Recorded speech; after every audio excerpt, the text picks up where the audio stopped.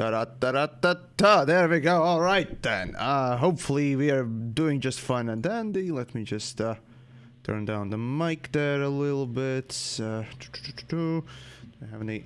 No extra filters or anything like that. So let's see. Okay. So it uses that one. All right then. There. Indeed. Greetings to everyone in them chats today for his Monday today, right?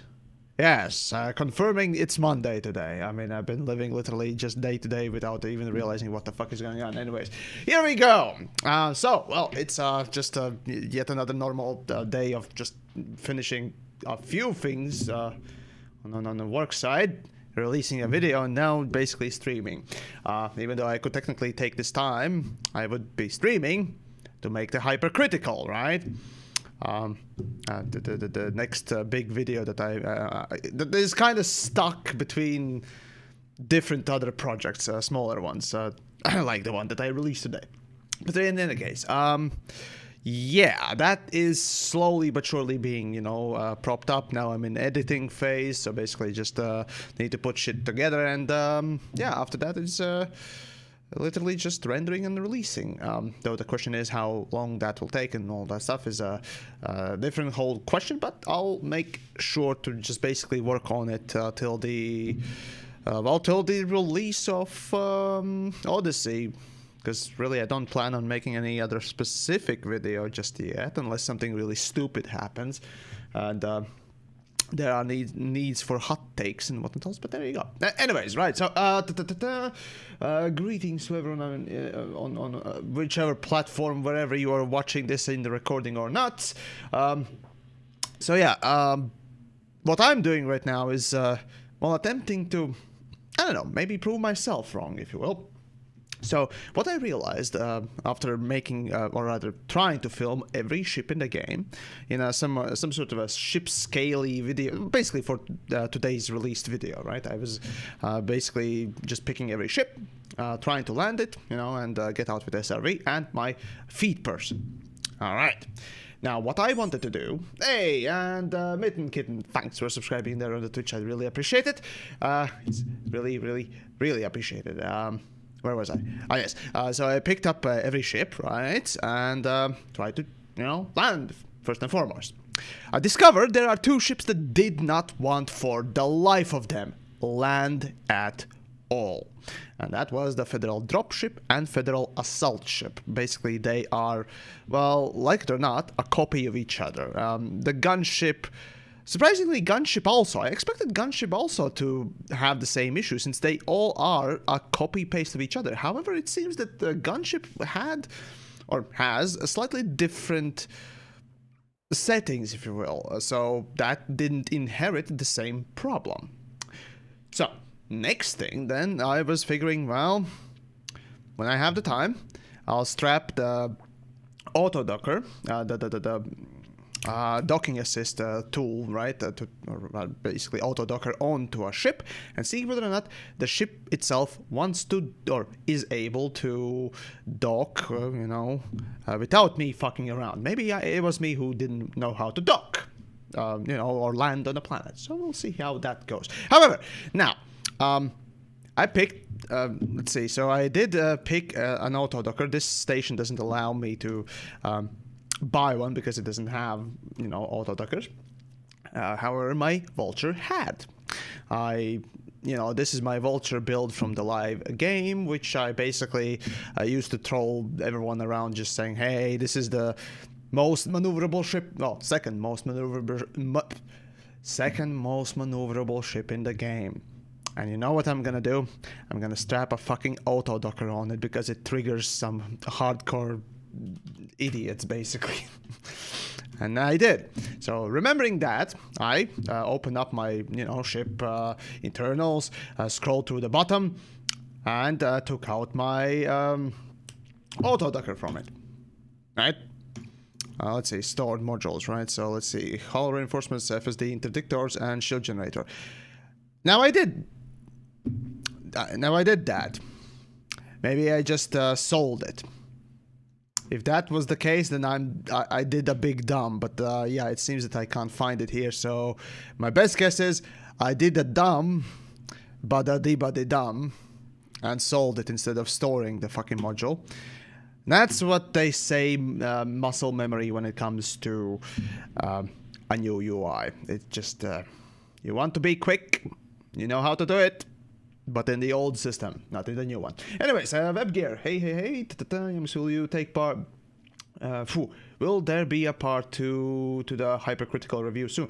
Right, so basically on the hypercritical review, I am literally working on it, right? I was quite literally this morning picking the real life skits as well as talking bits, and yes, there will be actual facial work. Oh god, that sounds dirty, especially considering the title of this stream, but on camera personality without the masks and so on and so forth. So there will be a little bit of that, since after all I reached 100,000 subscribers thanks to all of you on the YouTubes, and you know, I did promise to show my face a bit more, so there you go. That's a bit there. Yeah, basically what I had was a crappy recording on my lavalier mic due to a crappy recorder rather than the microphone itself, and a crappy on-screen onboard camera for a camera mic rather than an actual microphone. So it's not gonna be good audio. Sorry, it's I just recently got a shotgun mic, and you know, that would have probably saved a little bit of it, but yeah, kinda don't want to invest too much in camera gear, mostly because, you know, since I don't make content with the camera, first and foremost it's gaming content and all that stuff. You don't want to exactly throw $1,000 in the wind for good camera that might end up being a dud. However, now it seems it might actually be worth endeavor. Though I do like my Canon AOS 700D. It's a decent camera, right? It lacks the quality, but there you go. Anyways, that's new meaning to the FaceTime with the MX. Oh god! Oh no! Well, all right then. Anyways, back to my stupid nonsense about the landing on planets. So now I know that, well, at least one of my fucking small ships had an auto docker, but I need to order them to this. Actually, no, you know, a faster way to get an auto docker for free is to buy a fucking ship anyways, right? All the small ships have the auto docker installed by default. So why do I even bother, right? Fuck. Sometimes you just kind of forget these little things, but actually, that's a pretty decent tip. Give me a moment. Need to write it down for my big tip list. Only the tips. Oh yes. Let's see. Where could I just fuck them.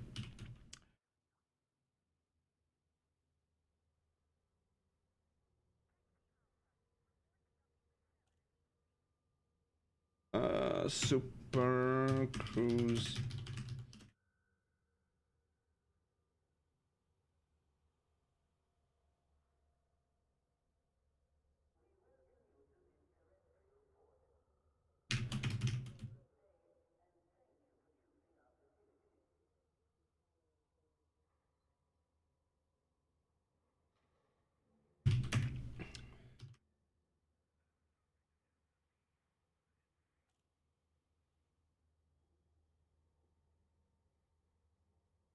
Alright, so that's in place. Right, so, and everyone came here for the tips. Oh boy.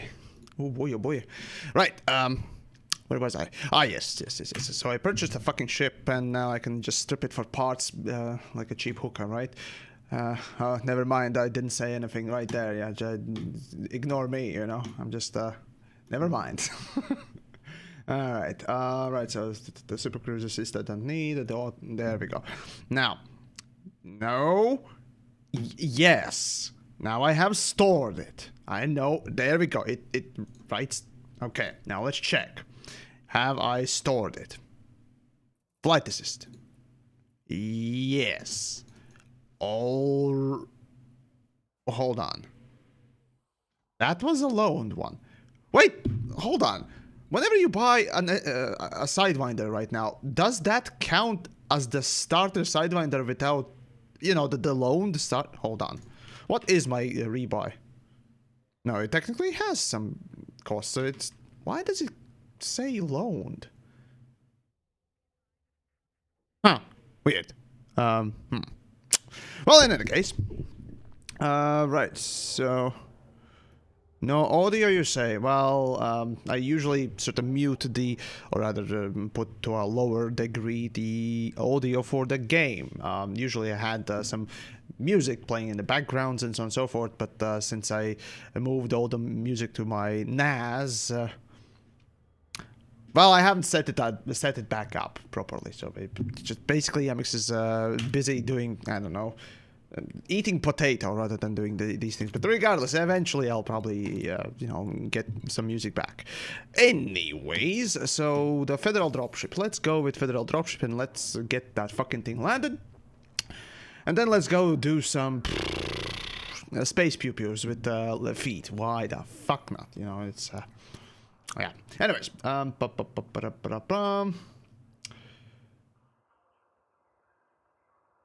what do you think of the nice spring weather in Latvia? Oh, John, it's great. I just look outside my window right now, and boy, do I love seeing drab, dreary, bleak, and weary fucking garbage that is just this overcast nonsense of weather that we have right now. Well, I mean, okay, I'm sitting inside by a rather heaty heat maker horse ripper PC, you know, but other than that, it's fucking in that place of coldness, you know, degrees, where you kind of need a jacket and kind of don't need a jacket, and then you're stuck either sweating half the time or being cold half the time, and you're just wondering, well, what the fuck is my life anymore? But no, since I basically don't go outside anyways and interact with any sort of human beings, I don't care. All right then. Yeah. So let's see. Francis, right? So I know you probably heard it a few times by now, but damn, I love your videos. Well, hey, I appreciate it. Actually, every time people, you know, poke me on Discords, just saying that much or whatnot else, I always ask, what is your favorite video? So let me know. But yeah, it's interesting to at least, you know, get some sort of a response on that one. Where is my...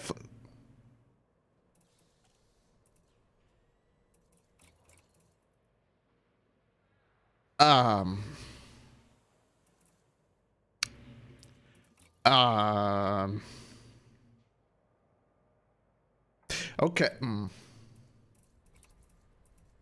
Oh, okay. All modules. Okay. Mm-hmm. Mm-hmm. Mm-hmm. Mm-hmm. Uh-huh. All right. Yep. Okay. So, everyone here saw me store the motherfucking thing, correct? I stored the auto docker in my storage. Okay. Now tell me, where the fuck is it? Hmm? Oh, module shop, not my... Oh, for fuck's sakes.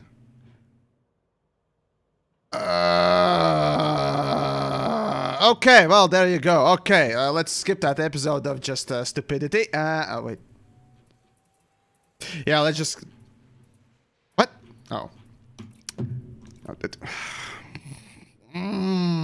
Okay, fuck it. Moving on. Alright, anyways, right, so Yami said, what are you... what your comments on 2 billion credits reward for the top 10 for the current CG? It's a really good incentive, to honest, frankly speaking. Yeah, 2 billion is a a substantial amount for everyone. So yeah, I'd say so. It's certainly something that people will definitely go for, but at that point you have to ask, well, what is the purpose of that CG? And in longer term also, doesn't that kind of break the game in some parts? You know, there's that question also, right? And what are you trying to achieve with that sort of a goal? Not to mention, of course, the fact that they are also giving in, or rather they are giving out the double engineered parts. So to me, partially these sorts of insane rewards, functional rewards that really question the intent behind them. Yeah, they feel like haphazard or just not giving a single fuck about the game at all. It's like, hey, would people be going if they got a weapon that one shot kills everyone, no matter what? Hey, let's just give players admin weapons. Fuck it, let's just open an admin console and let everyone just type in /kill username, and yeah, that'll be the superpower. Let's go. Let's make that happen, right? It's to that sort of a level. It's clearly, you know, the power creep and so on and so forth. So yeah, it's it questions the motives, the motivation, and blah blah blah. You know, there you go. So there you go. Anyways, then there 1G1, I guess. Titanium is the fact that not all ships come with autodock made my friend quit play. Okay, right. So here's the thing. Here's the thing you have to understand, right? So by default, the game started out with your first Sidewinder having an autodocker. Back in the day, you could still buy an autodocker. You didn't have the module storage, right? But you didn't need it. Module storage really is just for engineered parts' sake, because not everyone's gonna carry all the engineered parts, blah blah blah, and you had to have a way to store them, right? And of course transfer between ships. Back in the day, when there was no engineering, there was no really need to transfer modules from ship to ship, except for, you know, in times when a station doesn't sell them, right? Fine, whatever. Or you could sell it and then buy back on a different ship. That was no problem. That was sort of a roundabout way of doing it. But the thing is, back in the day, only the starter Sidewinder came with an autodocker. It was very useful, I agree. It was very nice. However, you often, when you buy a new ship, right, you're wondering, well, docking now is weird. I remember myself, actually, first when I bought my adder. Yeah, I actually exchanged the adder for my Sidewinder, or I don't remember if it was when I just did stuff with adder for the first time, or was it already when I just, you know, sold all my modules from my ship. But regardless, the first time I didn't had my autodocker without knowing, you know, what it really did. I was surprised. I was weirded out, you know, hey, I need to dock myself. Oh, this is hard, kind of. But, you know, I got the hang of it and didn't really think much of it. So yeah, it was extra module, so I figured, okay, well, fine. But later on, you know, these days, small ships, all the small ships get autodocker and supercruise assist, and I think all the other ships get autodocker, right? Or am I wrong? Don't remember exactly. Jesus, I remember that all small ships got the 2 extra small slots, so they got, you know, a place to put those autodockers and supercruise assist. That's why developers put for every small ship a double small slot extra when they added stuff as a module to every ship. All other ships got 1 extra small slot. Yeah, there we go. That was just so you could place that auto docker and, or rather, the supercruise assist. That was the time when they introduced the supercruise assist alongside with engineering updates. Yeah, when they changed the not engineering but exploration. There we go. When they introduce new exploration aspects and so on and so forth. So let's see. Did I actually put in the fucking auto docker? Please tell me I did. Oh, fuck! Crying out loud. Hey, but I did play. Oh fuck! Oh god damn it! All right. Anyways, back to the fucking starport. I don't care.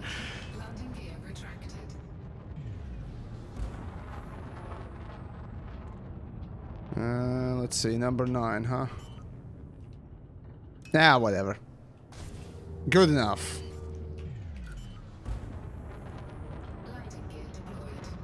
Pro landings right there. Yeah, I don't. Yeah, as long as you have shields, you can land whatever way you want. Well, except for the direction, which never made sense to me. Anyways, talk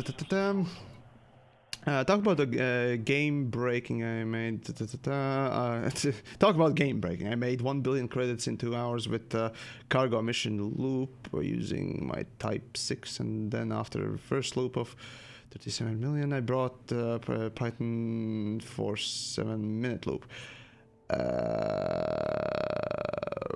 Yeah, 1 billion in 2 hours is 500 million an hour, which to this day is not a real sum you can get from missions. That you're ignoring time to travel, you're ignoring little things that you don't notice. You're just thinking, okay, so here's how long I did the thing, or even after just purchasing something and then arriving to the starport. Because remember, to get into a starport, it takes at bare minimum 4 minutes. All right, getting out of it is faster, so on and so forth. But the point is, yeah, it's every time people claim these ludicrous amounts of, you know, speed or oh god damn it, speed or profit, it's just, yep, I sense somebody ignoring actual stats. Come on, equip a module. Yes. Why do I need to press it twice? Are we there? We good? Is it installed? The fucking menu is... No, the menu... I'm really hating it right now. It's relatively okay made, as in design... Well, not design-wise. It's relatively made well functionally. It functions how it, you know, intends to be, right? However, its design is atrocious. It really is. Wait, I just... Oh, whoops, wrong thing. There we go. Good enough. Alright, let's see whether or not this ship can land itself. Because, actually, I can showcase you what happens when you try to land with this damn thing. That's some YouTube clickbait right there. 1 billion an hour. Well, you know. The fact of the matter is, it can be sort of a, well, these ludicrous prices on you know, say, claiming that you can make this much credits in Elite Dangerous is only valid because, well, the game is so grindy. Pure and simple. If the game wasn't so fucking ludicrously grindy, and there wouldn't be such a need for credits or materials, who would really care about how much you make an hour? Really? Oh, and Gosok, hey, congrats on the 100,000 subscribers. I really appreciate it. Yes. The video and all that stuff. I actually am waiting for one thing before I do a video on a silver play button that arrived. Let's see. Oh Jesus, when the fuck did it arrive? It was... Fuck. It was like start of the, the first week of April, I think, when it arrived. So yeah, it's I'm waiting for just one extra thing before I make a sort of a fun video just for that. Yeah. So yeah, I'm trying to... Tartuam, there we go. Thanks for subscribing there on the Twitch. I really appreciate it. And morning to you indeed as well. Right, as you can see, I'm aligned correctly with my ship. I'm trying to, you know, land. I'm pressing, you know, the force downwards, that there's thrusters downwards, but it's not landing. No matter how much I, you know, it's not triggering that landing sequence or landing state, and it just does not work. So I'm not stupid. Just random place. Okay, fuck it. Just for the testing, let's try a different place. The funny thing is, now you can kind of easier tell where you can land and where you can't, and that's kind of nice.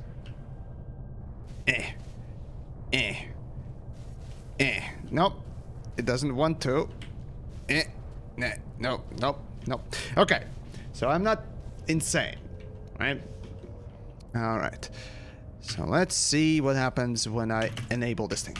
Let's see it try to land itself. And this thing land itself. Hello? Landing gear retracted. There we go. No valid area for landings. Okay. It was... one of them was literally below you.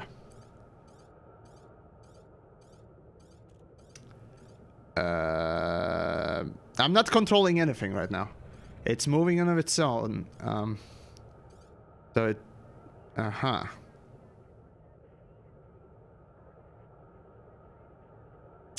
Well, I guess it's searching for a place to land, but, Anyways, Prism, right, so, Yamus, you posted the play button on this Discord on the 16th. There we go, yes, thank you, yes.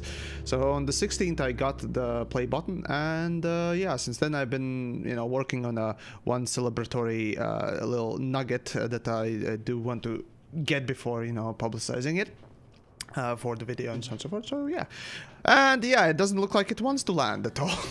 Alright, let's try maybe slightly different area. Maybe it just doesn't want to land here. Again, the fact that I'm close to a starport does not matter. I tried it in a different place, it's all the same fucking thing. I never tried it with the auto lander, however. So let's see.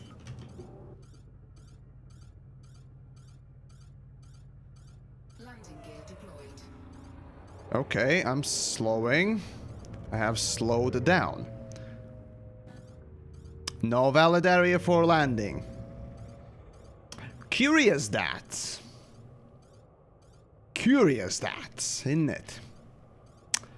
So yeah, basically even the auto lander cannot find a place to land with this ship. So it's totally and utterly broken. You literally cannot use it on the planet's surface, as well as a federal assault ship. So dropship and assault ship both are broken. Now this has happened before, by the way.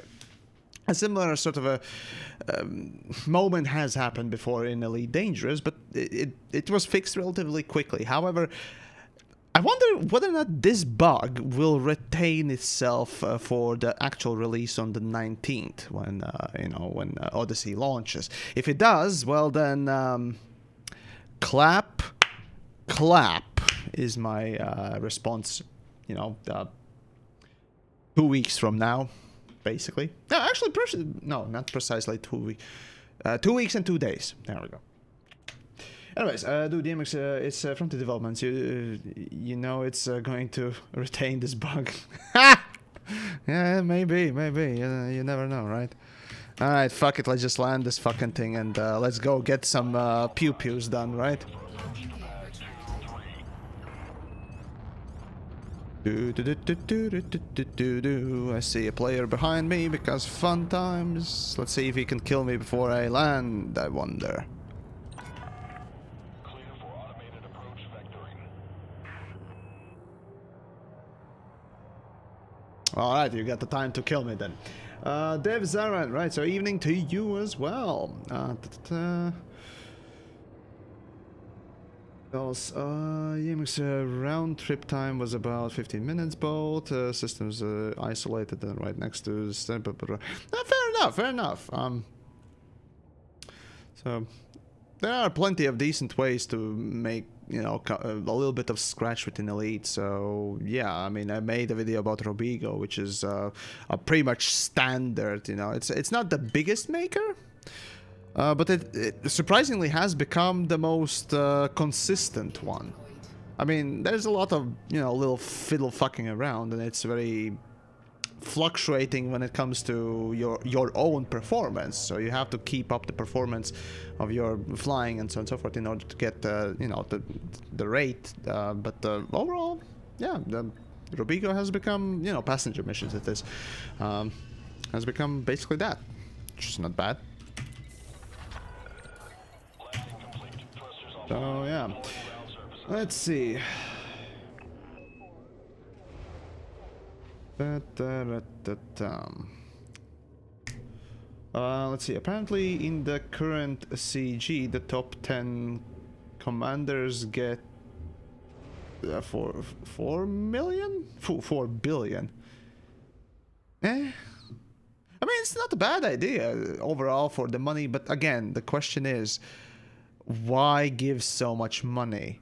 If you give this much money, then you're, well, realizing and, well, recognizing the fact that yes, money is a big problem within Elite Dangerous, rather than, hey, this is a fun little reward for everything. 4 billion is enough to set oneself for whatever you want forever in this game. For example, my total worth within Elite was, I think, 8 billion total. But you can eat, well, mostly because I have every ship, or of every ship basically. So yeah, but if I didn't bother with every ship in the game, I wouldn't really care for. And Magic, yay! Thanks for becoming their member on the YouTube's end. It's definitely nice to have some more of those people.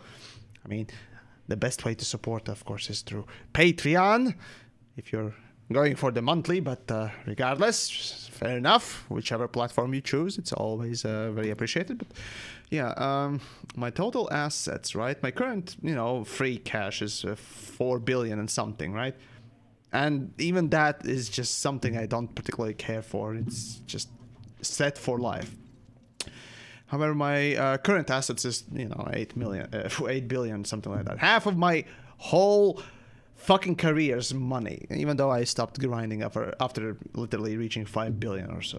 This extra 3 billion has been basically accumulated through doing videos about how to make monies and so on and so forth. So yeah, developers are literally saying, hey, do this community goal and be set for life. Why? In a normal game where you would expect your currencies to make sense, to be both rewarding and sort of a carrot to, you know, encourage players to do certain actions, missions, and things, you know, invalidating the fucking currency by just giving shit ton to the, you know, the most grindiest of people. Well, what is the reason behind it? That's my point about that whole reward of 2 or 4 billion. Doesn't matter.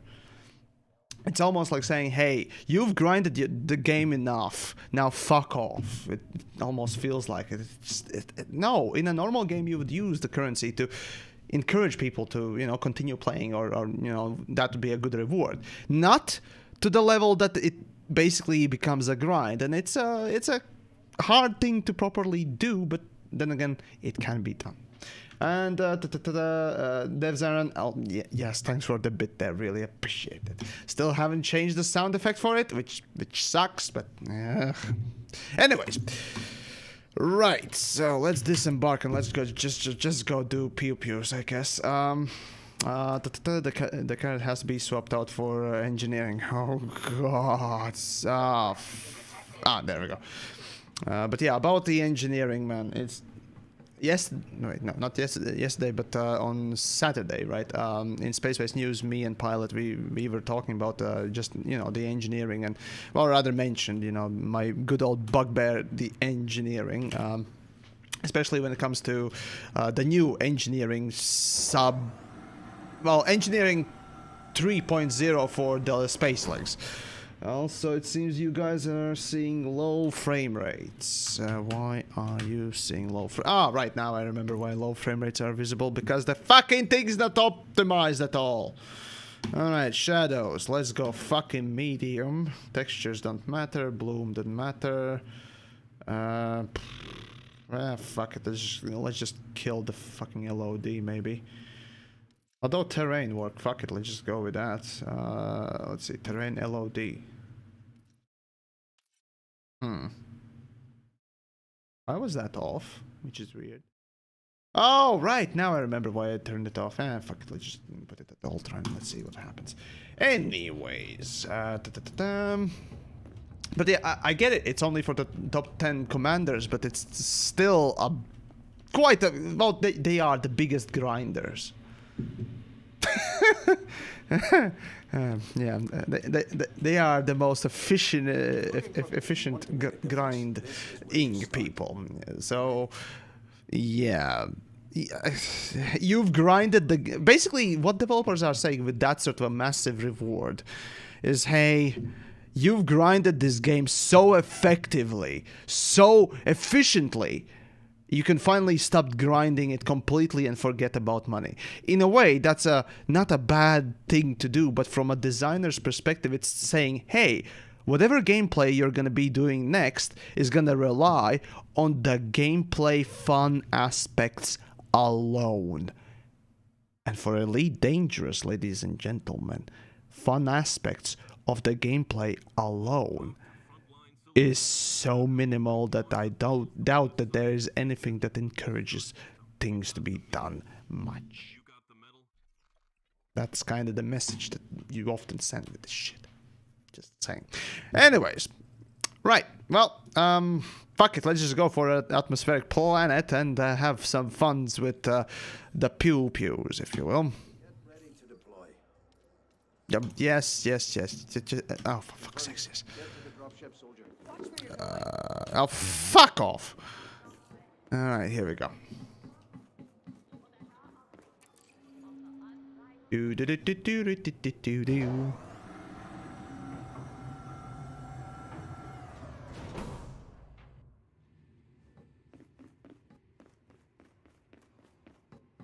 But yeah, as a game designer, you should never should give a word that would either depending on type of a game, but make other parts or tools or items obsolete when they are supposed to be, you know, a competitor or something like that. For example, an upgrade, like from level 1 to level 2 upgrade of gear, yeah, you can make, you know, give level 2 upgraded gear as a reward. Yeah, okay, that's you know, sort of progression. You can feel the progression there. However, if you have an axe A and a sword B, you shouldn't make one of them, you know, far superior than the other, so that it, you know, is basically obsolete in some form or another, right? In games, that's just a case. You should also not make your currency obsolete, especially. Making your currency obsolete is a really bad idea. And then that's exactly what developers are kind of pushing for with this community goal. 2 billion is, frankly speaking, a bit too much. So yeah. Paula, hey, greetings to you as well. The stream is better than the movie. Oh boy, you'll see, probably. We'll see. But let's see. And of course, with engineering, that the same fucking thing goes on, right? There are parts of engineering that literally make anything other than that one particular upgrade or tool far better than others, obsoleting everything else. Shield boosters, for example, are a great example of that.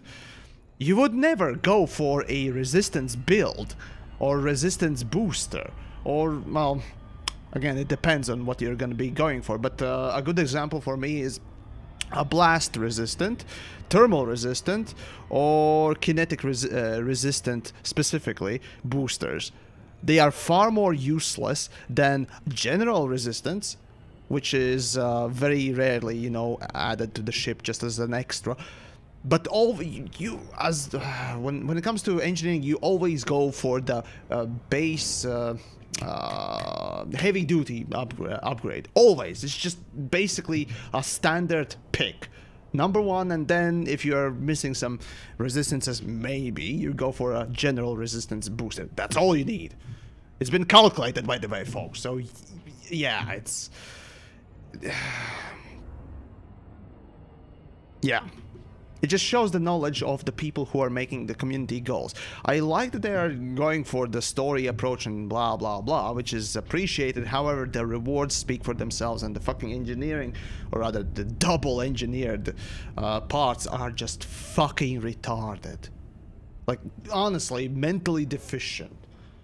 How could you knowingly just make it acceptable to put, or well, yeah, basically make it acceptable to put multiple upgrades on the fucking tools that you yourselves know haven't been balanced at all. Like, it makes so little sense. But there we are. We see double engineered parts that are far better than engineered portions, making the whole process of for example, FSD, right? We have this double engineered FSD drive that is far superior than the grade 5 fully engineered and with experimental thingamajig normal FSD, right? Well, what the fuck is the point in doing then the normal engineering for FSD afterwards, when you can exchange actually far fewer materials for that hyper engineered version, just one-time exchange? Like, what is the point of engineering there? Let's say, yeah, I get it, engineering is shit and it's broken and so on and so forth. We should be happy that, hey, there's a shortcut and a better shortcut, but from a design perspective, you have to realize you're making portions of your own game that, in a perfect world, if designed correctly, you know, should be fun and interesting to do, and then just suddenly out of nowhere your new fucking intern comes in and says, yeah, come on brah, get good, let's just give people free kill tokens. They use the kill token, they kill anyone. Yeah, doesn't matter where they are, just immediate kill tokens. That's gonna make the game so much more fun, right? The point is, it's just yeah, whatever. That's a dead horse beating anyways, and people understand the point anyways. Highly doubt anyone here is that stupid to not understand it, so yeah, it just makes you wonder what the fuck are developers thinking. But oh well. Anyways, IM's thermal resistance I find better than... no, it's not. Pure and simple, it's not. You use... the only specific resistance booster that you use on a ship is often a thermal one, I agree, to even out resistances, but even that, you only need maybe one. And even that is just questionable. Alright, well, in any case, let's just go and do them pew-pews. Whoops, that's a friendly. I hate swapping weapons so goddamn much. And the frame rate is low as fuck. Well, at least you guys are seeing it decently. Whatever.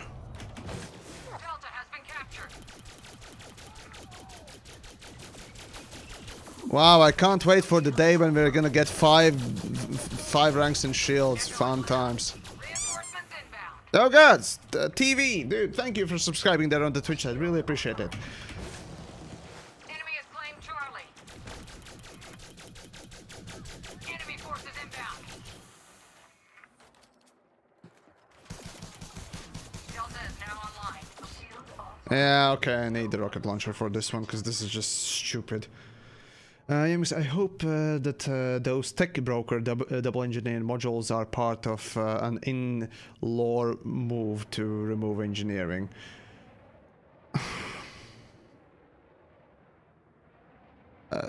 No, this is not, in my opinion, a good way to think about you know, game design.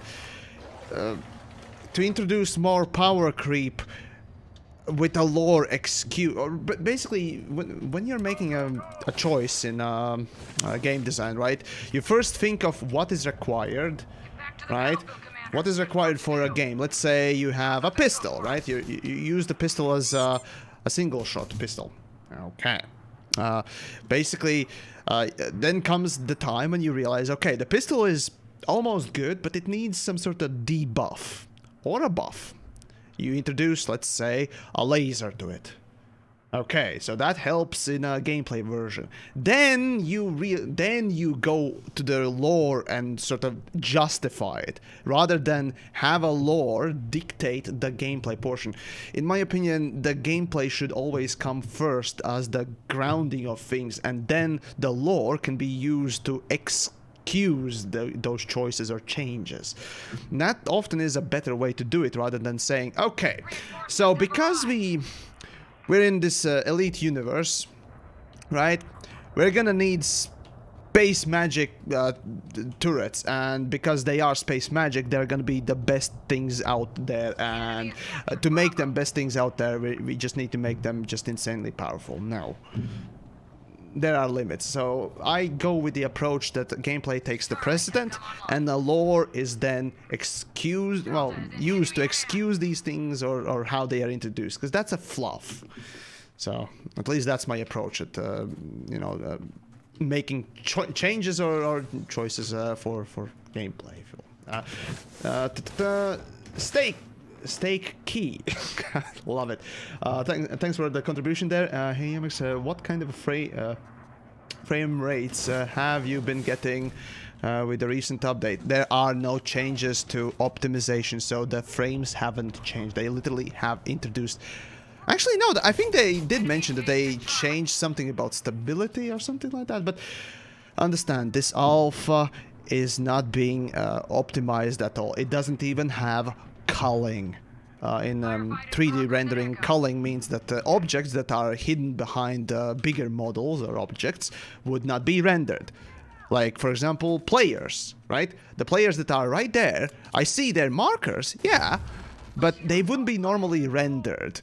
However, in alpha, that thing doesn't exist. They just simply automatically assume, just everything needs to be rendered. There are no rules to determine whether or not something needs to be rendered. And basically, the GPU spends extra cycles just making that thing that you still won't see anyways.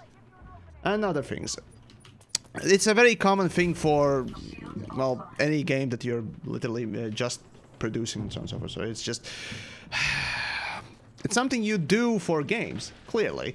When you're, making things before release, then you start working on the... before release, then you, put in optimization, these things, and so on and so forth. But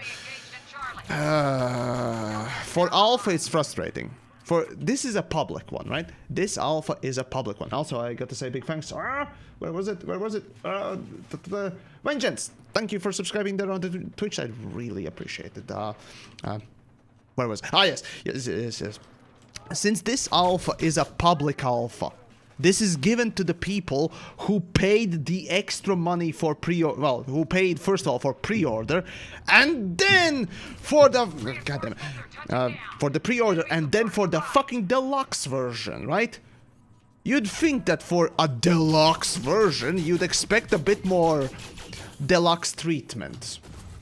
That's all I'm saying. I understand this is quote-unquote alpha or what else, but it's not. This is not a fucking alpha. This is a demo piece that is just there to sell the product. That's all it's here for. It's here to sell that extra deluxe version. And for the deluxe version, you know what I would rather pick? Something that works and works fine and allows me to just present things better rather than just this garbage. I hate this marketing. It's basically fully blamed on, or I can fully blame this on fucking marketing for basically forcing onto the game. Hey, we need to sell this deluxe version, so hey, what would be the best way to sell it? Well, of course, let's give people a first chance to play this early. And let's put in the word alpha in it so people, rightfully try and justify it. and be idiots. Because I truly think that if you're not realizing that this is fucking exercise in marketing, then just no, get your head out of your butt. This is. And sure, it may have the title of beta or whatnot else, but it really is not. It really is not. It's just said, you know, labeled as such, and that's why I often call it, you know, poo-poo platypus mode or a poo-poo platypus version. Because I mean, what else would it be, right? Man, the AI is just quality. AI is quality. Man, these shields are fucking stupid, I tell you. Ah, just kill me. Kill me, kill me, kill me. Kill me! Kill me! There we go.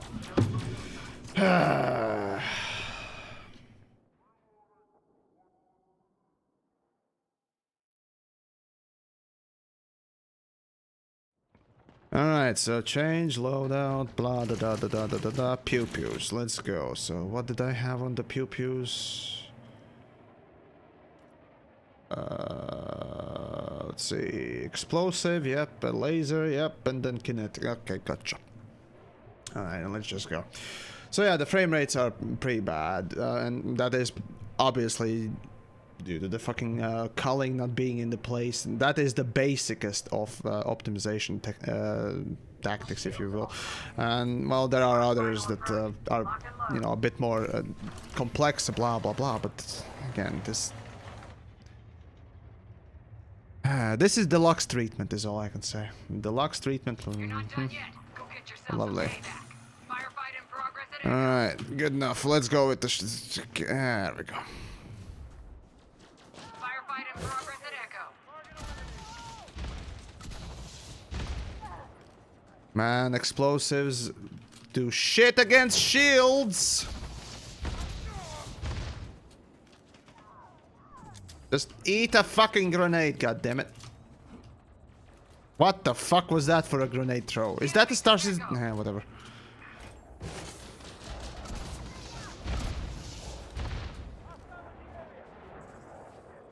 So little damage to shields. Are you fucking kidding me?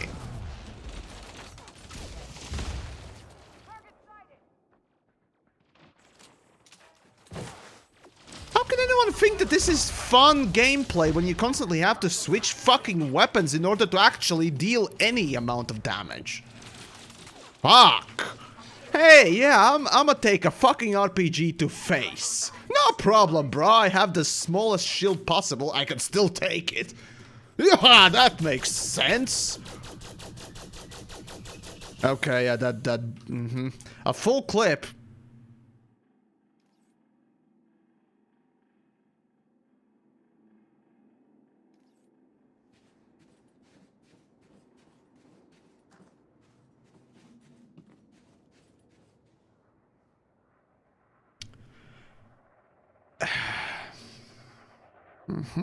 Yep.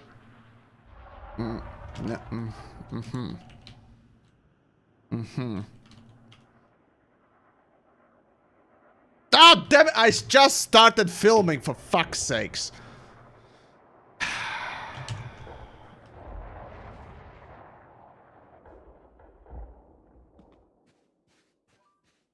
Okay.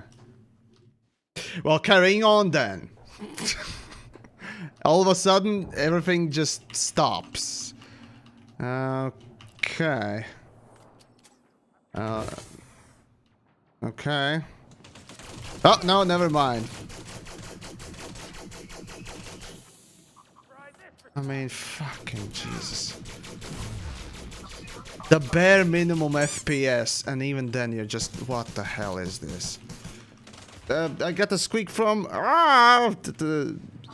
Simon. Fuck, I'll read that in just. Yeah, and the shield is back. Is that the same guy? I think that's the same guy. Yep, the shield is back. Guess who's back? I'm back again. Shields are back. Tell a friend. The enemy has taken out. Fuck. That's it. Crap! You're going down.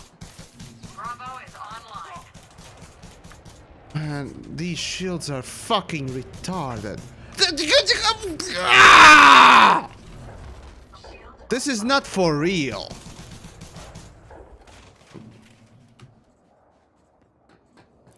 Okay, so here's the thing.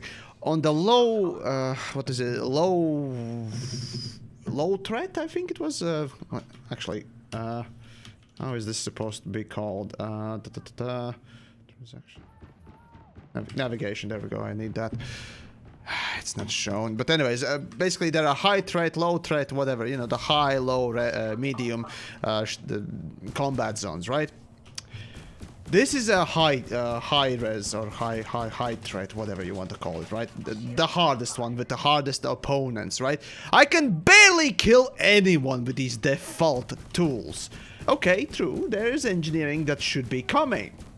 It would be nice to be able to use a little bit of engineering right now in this version in order to test it and also experience these things. But however, when it comes to actually experiencing these fucking fights, it's goddamn motherfucking bullet sponge. It's disgusting.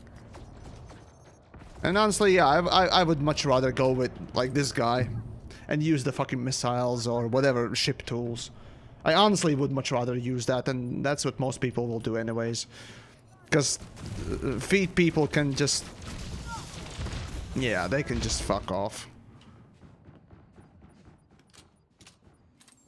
It's just... it's disgusting bullet sponge. That's what it is. Of course, these things respawn constantly and inside each other. Yeah, that's quality spawning. You can't even check whether or not the spawn package, you know, has... or remove whatever is in it and then respawn it fully, you know, that would be easier than just checking. But no, you know, fuck it. Who cares? This peer-to-peer crap is just... oh, kill me. Also, you're not really hitting the guy. But there you go. And now let's switch to the proper weapon, right? Let's shoot. Yeah. I'm still... yeah, I could take out my missile. And the shields are back. One clip of pistol. At best, you're gonna take down the fucking asshole to half health. Repeat with the fucking main gun. It's just... oh. Okay, let's talk about weapons and how they are used, right? So, Martin, hello to you as well. And everyone else joining just now. How to make a good FPS. A good FPS, well, let's take, for example, Doom Eternal, right? Let's take Doom Eternal. In that game, you have very low ammo count, or rather extra ammunition aside from the, you know, well, basically ammunition count for every gun. Relatively low. So you run out of ammo on one weapon, you switch to the next one. Some weapons are better against some other enemies, and that is part of the fun, right? Some weapons do better in some instances than others. That is a fun thing for many games, if it's done and utilized correctly. Elite Dangerous just simply puts resistances on specific weapon types and damages so high that if you're not using the correct weapon for the specific state that any enemy has, you're fucked. Or you're wasting your time, basically. And for Doom Eternal, for example, your weapons are with low ammunition count to sort of force you to both use multiple weapons, you know, and also incentivize you to use the chainsaw, you know, to vary up the gameplay. What this game is attempting to do is about the same thing. You're using the right weapon for the right job. Alright. That's true. You're using the right weapon for the right job. You know, the laser weapons against the shields. But unfortunately, the opponent doesn't die once the shields are down. The opponent just has a moment of vulnerability. Then you pull out a pistol, which slowly is pulled out, right? Which normally, let's say, you're using two weapons instead of the Dominator suit, right? You're pulling out your pistol, which is far less capable of killing things. Like, for example, here, right?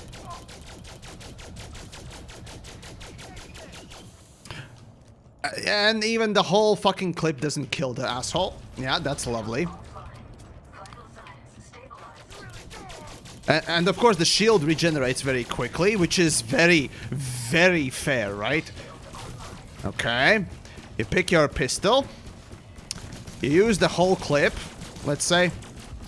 Well, okay, I'm being stupid right now, but basically, one clip doesn't even kill the fucker. So, one clip at most will take down the shields. Alright. Then one clip of the pistol, after which you shoot the... well, after you spend the whole clip, basically gets the asshole to maybe 50% down health. Repeat. And that's one NPC. How much more thicker can they get? That's what you expect from a very elite, over-tanky enemy. Hey, Richard, thank you for becoming a patron there. Really, really appreciate it. But it's just... oh, it's disgusting. And of course, engineering will probably solve parts of this issue. We also know that plasma weapons exist, and I played with plasma weapons when they were accidentally given to us, and they were far superior. You wouldn't need to switch to anything, they just killed like normal weapons in normal games. If you need an example of shield and health gameplay for NPCs as well as for players, go play PlanetSide 2. I shit you not, it's literally the same fucking game, almost. The difference is that at least PlanetSide people knew what the fuck an FPS game was. This is just needless, tedious nonsense in order to force players to go engineering. Because right now, clearly, you're not doing any fucking proper damage with, let's say, a fucking rocket launcher, god damn it. Like, for example, just no damage. 1.5 shields. Just, are you serious? A rocket launcher. Are you goddamn fucking kid? What is this? And reload times, not to mention, of course, as that. The shield regeneration, just disgusting. Oh, this makes me so goddamn angry now.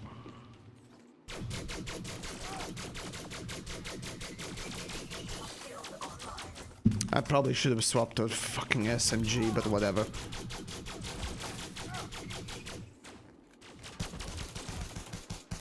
Just die already. No, don't get the shield back. There we go, dead. Alright, let's just go. Yeah, whatever. Alright. Alright, you know what? Point blank. Oh, great. Ah! Oh, yeah, I didn't... I didn't notice the three fuckers as well. Oh... And the credits, I don't care about credits. You usually don't go for the combat zones for each kill amount. Combat zones, you always go for the kill amount in the first place so that you can complete the mission in order to get a proper reward. And that, in my opinion, is far more important than making sure that one kill is made. Or that one kill rewards you enough. So, yeah. Let's see. Can I exchange? No, I can't exchange my loadouts. All I can exchange is just which suit I'm picking up. Yeah, okay. Well, it's not great, but alright, whatever. Do some more content on Latvia. Adester, yeah, I will. I have a plan. Hopefully I will be able to execute it this year. Back to the battlefield, Commander. Something along the lines of Latvian video games and so on. So actually, no, I do have planned for both Latvia in video games. There's a few more extra new things that have come out in recent times, as well as the ones that I have found. So expect that to be coming. Hopefully, I won't forget too much. And there's another very similar, but in a slightly different manner, video. So yeah, I'm planning it. I actually planned for last year those particular things, but no, they didn't really come to fruition. So, yeah, I was busy. But yeah, basically, yeah. Oh, the shields are this. Why do we need shields? I don't get this. Why do you feel like we need shields? That's the biggest question for developers. I get it that regenerative health is sometimes nice to have. But the bottom line is just why? Even let's say you want to excuse it from lore's perspective. You're saying that we can equip random wankers with fucking force fields and not have gravity, artificial gravity. Yes, in Elite's universe there is no artificial gravity. But there are personal force fields because makes sense, right? And again, sure, who knows, maybe those technologies are supposed to be different, you know, level, but... Fuck me.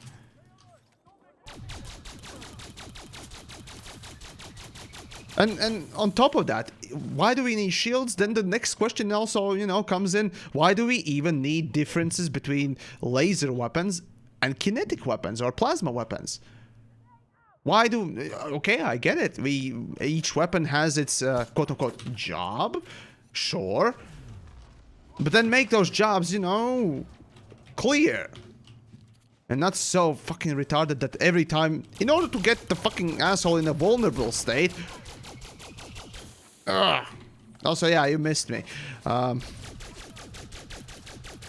you just need to use the plasma weapon, then fucking switch to pistol or, well...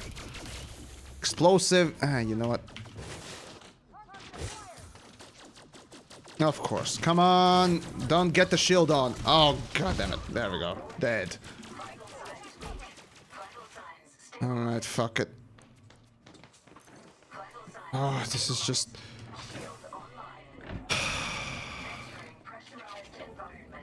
And I already voiced my opinions about the fucking FPS, and now that I'm playing it a little bit more, it's just... Fuck, everything about this makes me angry, especially in these sites. Before that, you know, hey, getting a shield down wasn't too much of a problem, but now it's just... chewing on a fucking sponge. Boy, do I love chewing on sponges, don't ya? It's lovely. Fuck me. One thing that kills me about AI is they never run out of ammo. Oh wait, yeah, that's an interesting observation. I mean, if AI is quick to kill, then you know you don't really care for it, right? Yeah. This is sad. This is like just fucking sad.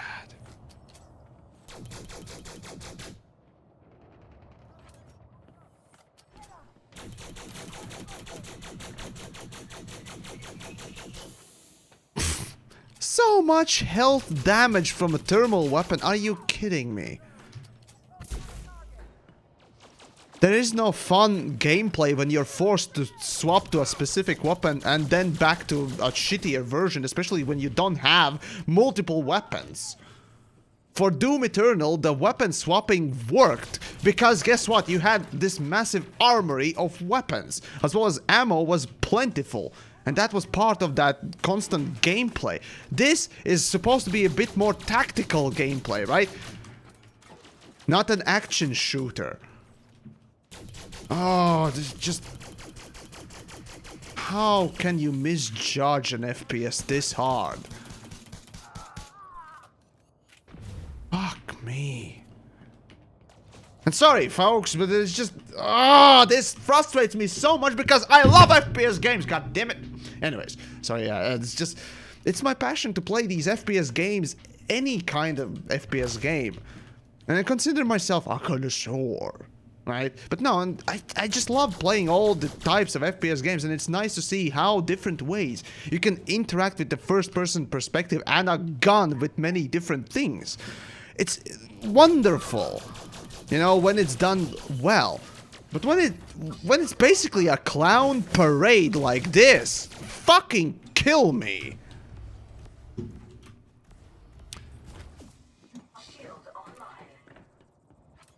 Damn. Well, nothing to say about the AI and the smartness, let's call it that, of it. Okay, let's see.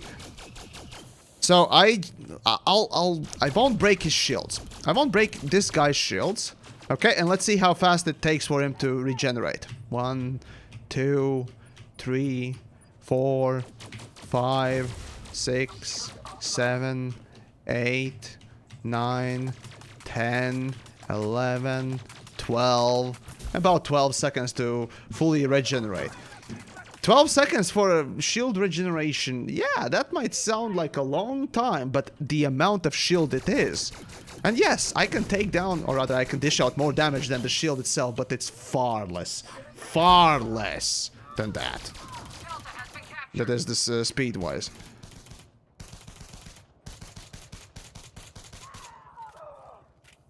And the thing is, if you're, you know, calculating these things, the damage you deal and the damage that is regained, the difference between the two is so small that it does truly feel like just you are chewing on something.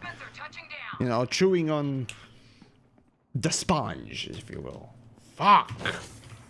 Anyways, Yamis, you think shield regen is annoying? Imagine when we unlock engineering for fast shield recharge. Yeah, Well, no, again, we don't really know what upgrades we'll have. What upgrades we'll have through engineering, right? But there is a guess. There is a big guess that, yeah, we'll have... let's see... we'll have shield, you know, the shield bar capacity increase, right? That is already shown in this stuff. But even after that, regen, I don't think regen will be part of it. I didn't see any of that in the dump data, right? So, Charlie was secured. oh well, we'll see. Again, it depends on what upgrades we have, and a normal ship or an SRV will still be better. Reinforcements are ready to deploy. And the funny thing is, during your shield on, during your biggest health, right? Command is called in backup. When you have biggest health active, the shield, you don't have selective critical and low damage hitboxes. That is, if you shoot a leg and you shoot a head, the damage when shield is on is the same. And that's the biggest shield you have. It's a consistent damage. Doesn't matter where you shoot. It doesn't fucking matter where you shoot. And that's the stupidest thing. When there is health, normal health, then yeah, then it headshot deals approximately twice as much. Reinforcements are ready to deploy. See? There's absolutely no difference. Firefight in progress at Echo. Enemy support has arrived. Come on, just let me shoot you in the face a few times. Oh, and the shield's back. And the shield's fucking back. Have arrived. This is most frustrating FPS I've played in a long while. Enemy command Let me is make called this in backup. plenty clear. Fuck. Charlie has come online. Now, today has truly shown me what shit just we're gonna be dealing with. Enemy forces inbound. Fucking hell. Enemy engaged in Charlie.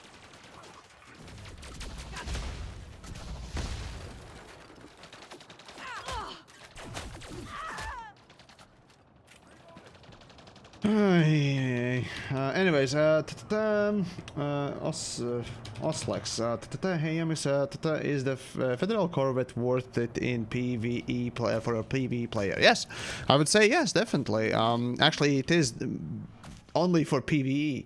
Thing is, Corvette, when it comes to PvP, is too slow Enemy to reinforcements actually are catch online. anyone. Charlie was secured. And damage-wise, I mean, yeah, okay, it has damage and shield certainly, but Enemy command is really the only large ship that you would be willing to take in PvP is Cutter. All the other large ships, really, you don't. So that's the funniest thing, right? So for PvE, yeah, I'd say Corvette is the best choice in some ways. It has about the same, well, slightly less, but still about the same shield as Cutter, right? And more damage. So yeah, I'd say so. I'm in open or solo? Open, of course. I mean, the stream itself says I'm in open, so there you go. Anyways, hopefully you guys enjoyed my rant about the FPS. I'll stay away from it now because it will come out eventually, because I'm getting pretty frustrated with this fucking ineptitude that is fucking balance of nonsense, but whatever. Rogat, hey, oh, another patron. Dude, thank you. Ah, damn it. Enemy support has Press the arrived. wrong button there. Ah, yes, Simon, right, I forgot to read your note there. Little tip for the 100,000. Well done again. Yeah, well, I appreciate your wonderful words there. So yeah, 100,000 subscribers reached. It's a monumental sort of occasion for yours truly, and well, yeah, it's real nice to finally be here. I need some energy, fucking piece of crap. Let's see. Wow. Okay. Reinforcements inbound. Okay, well then that's interesting. Let's see. No. Huh, here we go. Okay, done. Alright. Ah, man. Plasma weapon superiority would be extremely apparent if they gave us plasma weapons right now, by the way. When I played with it, the plasma weapons, it was so blatantly obvious how much more suitable they are for both killing the shields and taking out the health. You never needed to swap any weapons and so on and so forth.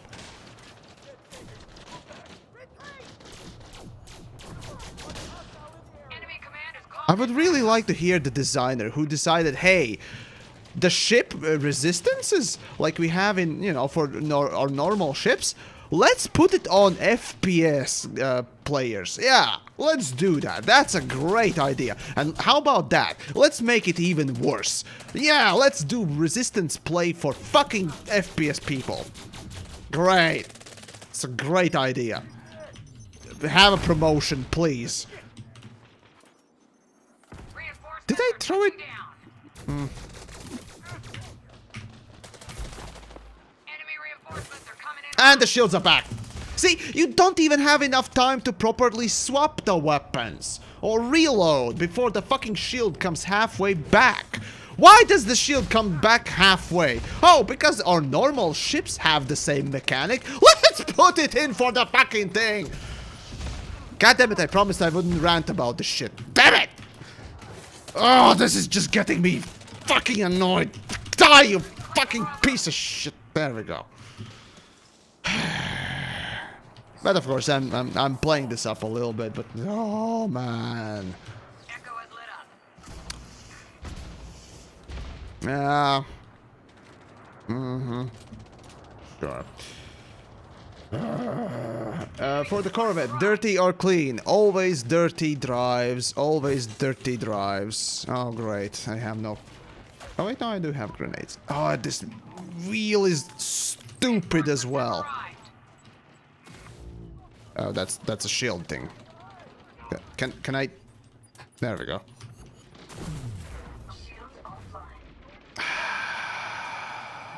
Wrong button. Alright. Alright, I need some grenades, maybe.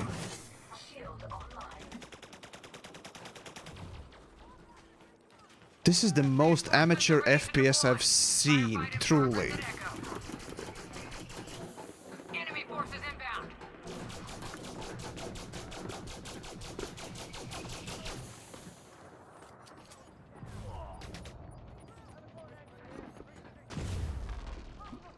Let's see now. See, a grenade! And the fucker doesn't even die.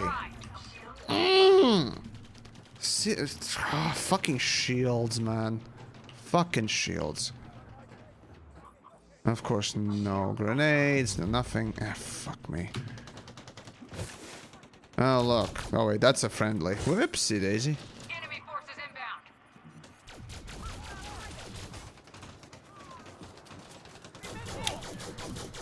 inbound. I'm just gonna sit still. Well, on the bright side, at least NPCs don't have a pinpoint accuracy, like a... Well, at least they have at least some sort of a recoil and inaccuracy, but... honestly, that is not the biggest issue right now. Anyways, carrying on. Enemy command has called in backup. Shock Echo. See? Fucking shields come back, barely... Of course, I mean, the health is higher, but...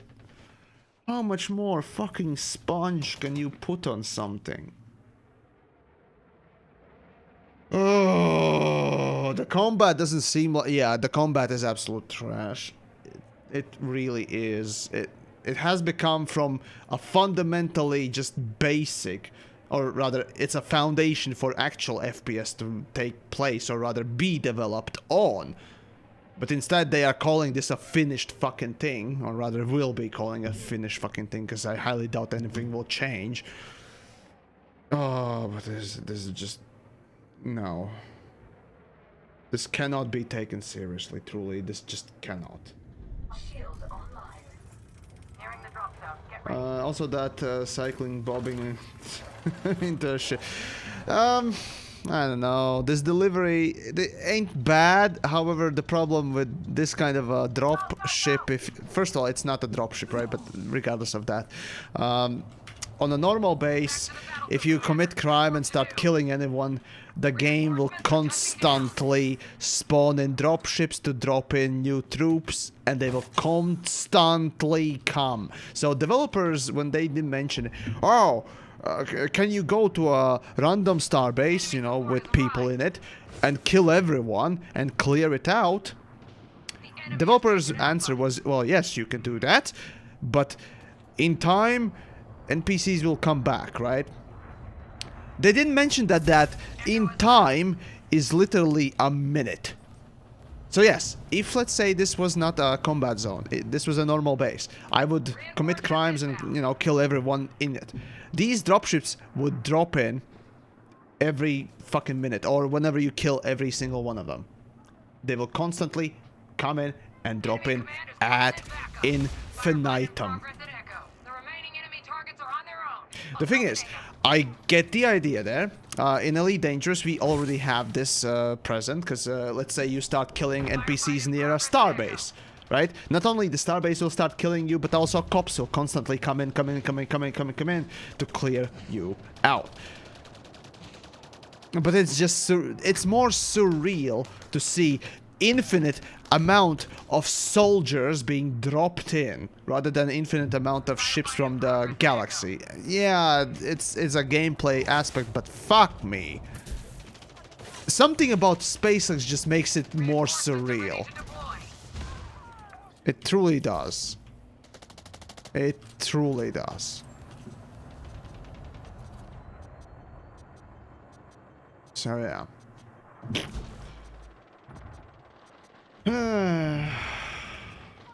Anyways, carrying on. Come on, let's just win this one. Fuck. I love FPS games, I truly do. It's my genre. And seeing it being butchered like this. Reinforcements are touching down. There are moments of competence here and there. But fuck. Shock Echo for us. Just fuck. Basically lacking the words here sometimes. Alpha is now online. Cloning. Cloning. I mean... you can, yeah, excuse it as much as you want, but it's just... from the gameplay aspect, it just lazily dropped in, and then just yeah, the fact that NPCs are constantly being dropped in when you're committing crimes in a a planetary base, it's just the game telling you, hey, it's nice you're having fun there with killing NPCs. Yeah, you can do that forever as long as you kill them and all that stuff, but we're just gonna make sure that you get bored of it eventually, and we're just gonna pump out more NPCs there and keep pumping them out in order to nudge you to stop doing it. The game is nudging you essentially whenever you're I'm gonna show you what I mean by that, but yeah. Let's see, is it inside? No. Alpha point secured. That, well, it's not really a nudge, it's really just disrespect for the player, frankly speaking. Come online. Feels like, but yeah. That's just me. Infinitely spawning NPCs is just something I never liked. For a multiplayer game, I kinda understand, but nah. Okay, so are we? Is this stuck? Oh, I need to Alright, fine. I'll go capture the sea then. Fine, let's go. Maybe this is another broken instance. I mean, there was. Oh wait, that's not a barrel. Yeah, whatever. Alright then. Let's see. Button pusher, right, so when I hear you wanting to like it and enjoy it, when I hear you want to have fun, that's not causing upset. Oh, that's not oh, sorry. I just want you to know. Well, I'm sorry, button pusher, for not causing you upset, folks. Okay, hold on. I'll cause all the upset I possibly can right now. Shit, piss, cunt, dick, tits, ass, cunt again for good measure. Anal devastation. Let's see what else. A chode, schlong, shit, turd. Poo-poo, pee-pee, whatever, you know, hey, there you go. How many of you are upset? Hopefully everyone, because apparently that's the only reason why I use these things, these words, right? Bravo is online. Those that don't know the backstory of that, I'd recommend, actually no, I didn't make it into a video, but basically it's, basically developers claimed that. Looking. They must be here somewhere. Yeah. So yeah. So, bollocks. That's silly. Like, to me, that's like saying pee-pee or whatnot else. It's a British, it's Britishism, if you will, that is just silly. Oh right, wanker. What the hell am I doing? Can barely talk today. Blech. But anyways. Entering pressurized environment. Empty.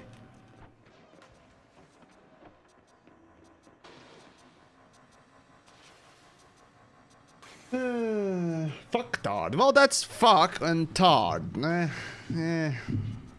anyways, there you go. Okay, the animation, right? So, there is a technique when you're making a video game and then optimizing things. One of them is running animations at a slower rate or slower frame rate. Essentially, you can actually see a lot of that in Resident Evil 2, by the way, in the distant zombies and so on and so forth. Animations get slowed down instead of 30 or 60 FPS, they get slowed down to 15 or 10 even sometimes for the things that are further away, because you don't notice. You notice that something's moving, but well, sometimes you can't even see what the movement is. So you're excused from, you know, playing the animation at full frame rate. That's one of the optimization ways to, you know, do things. But yeah, seeing it up close like that, now that's a new one. Also, I think this thing is broken. I mean, we won, didn't we? I'm enjoying this gameplay right here. Let's see, your video earlier today, where you didn't say a word, was the first for you. Was that the first one? Actually, no. The thing is, I started this channel, as a matter of fact, on YouTube, right? That is the channel in general. Just delivering quote-unquote, no, not quote, normal 10-minute gameplay videos. Literally, I call them 10 minutes of gameplay. You can literally right now go on YouTube and check out my channel and see the oldest videos. They are just that. 150 videos like that. So no, technically not. But when I started making videos for PlanetSide 2, there actually were a couple of videos that I didn't use my own voice. Or any voice at all. So it's not exactly the first one, but they are very rare. Yes. So yeah, today's video that I released was, well, yeah, a slightly different one. So yeah, this is another instance that cannot be finished. Great, love it. Yeah, this is just. I don't know. I'm kind of getting bored with this. This is amazing. This is just this is the quality gameplay I'm enjoying. You know what? I'm gonna enjoy it so much more when I do. Oh, I can't even damage a friendly. Used to be that you could. What the fuck? What the fuck? Well, okay. No, I can't damage the... Oh, you can't damage anyone from your own... This is just sad. In normal combat zones, you can even do that. Now, I get it. The reason why developers chose to put everyone that is friendly with you in this combat zone as in God mode, or you can't damage them, was that accidental shots or grenades happen, and when you would accidentally damage a friendly, everyone would turn against you. So, in that respect, yeah, I can understand why. Though knowing this also means that, well, you can afford doing things that you would normally maybe not do. For example, throwing grenades literally anywhere without thinking. Using your rocket launcher anywhere without thinking. And no, if you're going for a bit more tactical type of gameplay, Elite Dangerous. No, friendly fire has to exist. In fact, friendly fire still exists within your own game, within your own fucking combat zones. So, be consistent, you hacks. So yeah. But yeah, for now though, I think that they just simply put everyone as invincible that is friendly to you, mostly because accidental fire happens, blah blah blah, and you know, just to give people a gameplay rather than, hey, I misclicked somewhere and whoops, now everyone's angry at me. I can understand that much, at least, so no problem. All right, looks like everything is fucked. I can't. Well, there's only one thing to do. Goodbye, sweet, cruel world. I won't miss you. Why can't you just be happy? Harriet Potter. I can't be happy. Well, because the effort that is placed in something that I care for the most is shit. As in, first person. Oh, great. This is. What a quality way to exit from a combat zone, right? Quality way. Fuck. Alright, let's go and open again. Hey. Anyways, in the meantime, hey, if you enjoy the streams and all that stuff that I do, you know, of course, subscribe on YouTube, follow on the Twitch. Don't forget to do those things if you want to see more content and all that stuff. And excuse me? Excuse me, the fuck? Oh, the base is over. Oh, okay. Yeah, sure, the base is over there. Well, alright then.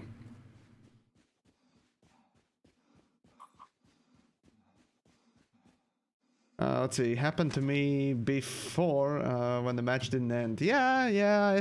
Again, this is a branch of branch of the internal version of the game that, yeah, clearly had still some ironing out to do, and that's all fine and dandy. But again, as a customer, no one should give a fuck about that. You paid a good money for it. Well, I was gifted this thing, which is the only reason why I am actually playing it, quote unquote. But yeah, just no. This is a deluxe version of Odyssey, right? To be given access early, but to this type of a product or version of the product, no. In my mind, that's shit advertisement. So yeah, let's just not forget this is a fucking deluxe version. God fucking damn it.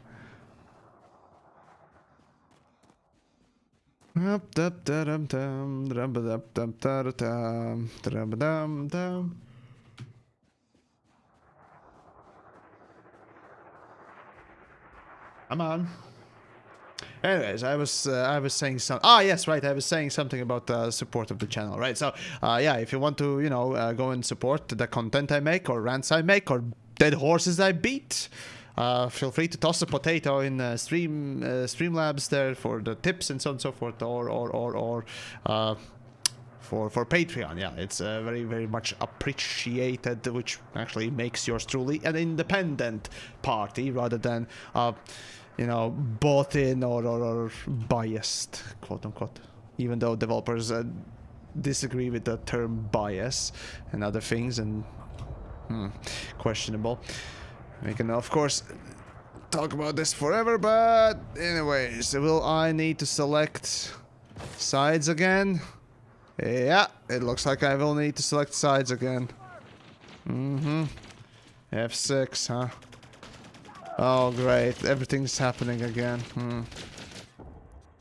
Yeah, I'm not interested. How about we do? Hold on, get me. Perfect. All right then.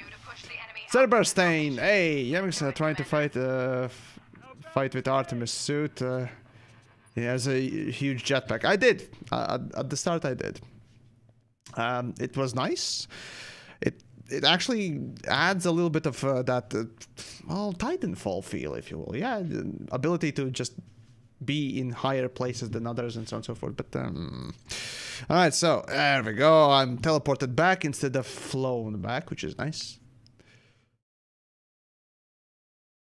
Alright, there we go.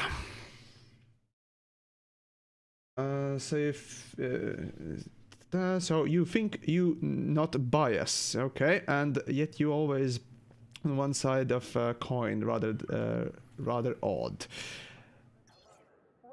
Bias, okay. Do I go in with the intent to only just say shit, or rather intend to present it in negative light? I examine it.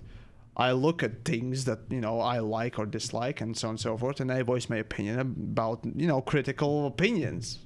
Well, sometimes I joke, right? But the point is, my focus is on critique, basically, and that includes both and good and so on and so forth. But how many times can you say, hey, textures look okay, or textures look good? Right, when you're seeing a mechanic, for example, missing something or missing how, I talk about specifically what and how it's missing, potentially, right? So yeah, clearly I do talk about more, things that are missing or not as good or bad than the ones that are positive. But does that really constitute as bias? Questionable. Gino Garon. Garon. Sorry if I got that wrong. Anyways, thanks for the raid there on the Twitch. I'd really appreciate it. Anyways. Yes, right. Well, Well, what could I do in open now? Well, I did say I would like to do... right, now I remember what I wanted to do.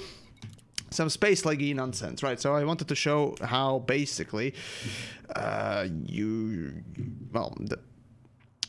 base constantly respawns infinite amount of assholes that will come after your dumbass, basically. So let's just take any fucking weapon, but ship. So there we go. And off we go.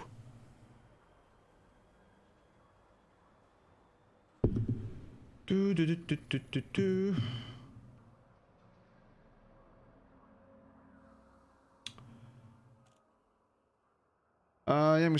it have cross-platform play? And the answer is no. You would think that, hey, consoles are getting even closer and closer to PCs, and this is the new console, the new console generation just released. So Elite Dangerous would, be very smart at both optimizing for the new console generation, making sure that, for the new consoles, you don't just rely on the consoles themselves making your game playable, but actually, delivering actual optimizations for those products, if you will, right? Yeah, that would be a good idea. And what about cross-platform, right? I mean, if you're working on those other platforms, why not introduce cross-platform like No Man's Sky did just a couple of months ago, right? That would be such a win.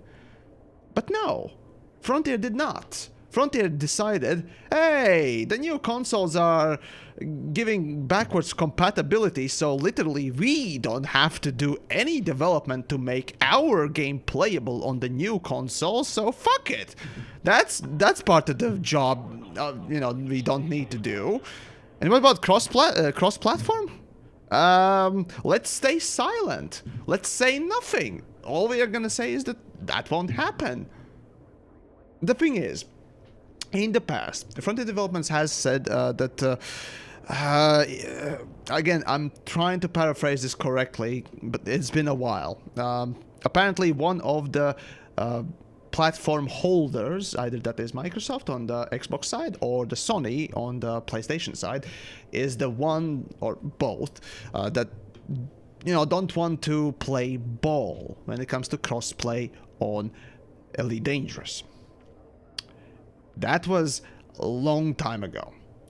Now, when we have, again, many games making cross-platform play available for their old games. Rocket League did that ages ago, I think. Let's see. Correct me if I'm wrong, I haven't played Rocket League. Actually, yeah, I don't... No, holy shit, I haven't played Rocket League. What the fuck is wrong with me? But no, I know that it had cross-platform possibility. There was a whole hubbub, but anyways, point is, especially when No Man's Sky just recently managed to get cross-platform play, right? When No Man's Sky managed to do it, the question is, what is Elite doing? They're not talking. That's kind of the biggest issue. They're not saying anything about cross-platform. They're not saying why. They are actually saying one thing, and that is there will not be cross-platform. That's all. That's all the information we get from them. There's no detailing as to whom to blame for it or what is the problems with it, and we're left speculating. And that is a shit stance to take. I'm sure it's, not professional to throw any company under a bus for some reason. But on the other hand, well, say having a cross-platform play with PlayStation or Xbox alone would have been just fine. Sure, it would make the other platform look kind of bad, but that would give them an incentive to also join for the full crossplay, right? How fucking better Elite would be to have a full crossplay between all the platforms. Pure and simple. Because on PC, we already have that. We can play with the people who are on a normal Frontier accounts, you know, the old Frontier accounts that pre-Steam, right? Which I have, by the way. With the Steam version and with the Epic version. And then, of course, the people on Linux also are able to play. Or, well, on the Mac also. Back in the day when the Mac version still existed, people on Mac also were able to play with the PC. So, clearly, cross-platform existed when, you know, no company had a stake in it. Or rather, when no company had, you know, financial stake in it, if you will. Or wasn't specifically gatekeeping it off. So yeah, it raises a few questions, questions that, frankly speaking, even without saying much, I think Frontier could have at least motivated one or the other to sort of push through. Anyways, the biggest hindrance in crossplay right now is that asteroid rings have different density on PC versus console, and unifying them would require reseed of mineral and material distribution. Okay, so what's the fucking problem? No, honestly, I really don't see the problem, because they did that already a little while back with minings, the change to mining. No, not the change to mining. There was after that when the boron triple spot was gone. I don't remember what the fuck was that. Ah, fuck, kill me. But they have done it. Clearly, it can be done. So, I highly doubt it's much of a problem. But yeah, crossplay is something I believe in strongly, and oh, god damn it, leave me alone! NPCs. Alright. But yeah, crossplay is one of the things that could have been such a win for Odyssey, in my opinion. Hey, it wouldn't add any extra gameplay, however, that would add extra people to the universe, and that would be just bringing everyone together. How good of a fucking message would that be? Bringing people together for this new thing. That's awesome! But here we are. No, it's a missed opportunity, in my opinion. Yeah, sure, you're not obligated to do so, but literally seeing No Man's Sky being able to do, you know, crossplay, it's just, come on, come the fuck on. Hey, and Silent Baron, thanks for subscribing there on the Twitch side, really appreciate it. Let's see, I need to go and find, there we go, we can go to this place and kill peoples, or NPCs, and then I'll basically show you how they constantly respawn. Well, it depends on whether or not that outpost is empty or not. Hopefully it won't be empty, so I can show it. Anyways. Though actually there are two types of... not starports, but bases on planets. The ones that are filled with baddies that you can go and kill for profit, you know, the wanted people, as a part of a mission, or normal people that are, you know, just law-abiding ones, and, you know, if you kill them, then you get a bounty on you. Then they do respawn, and so on and so forth, but yeah. Rather, the forces keep on coming in. So hopefully that will be the case, rather than the just some renegades coming in and taking it, being spawned in there. Anyways, let's see the chance. I'm trying to read it from time to time, but yeah.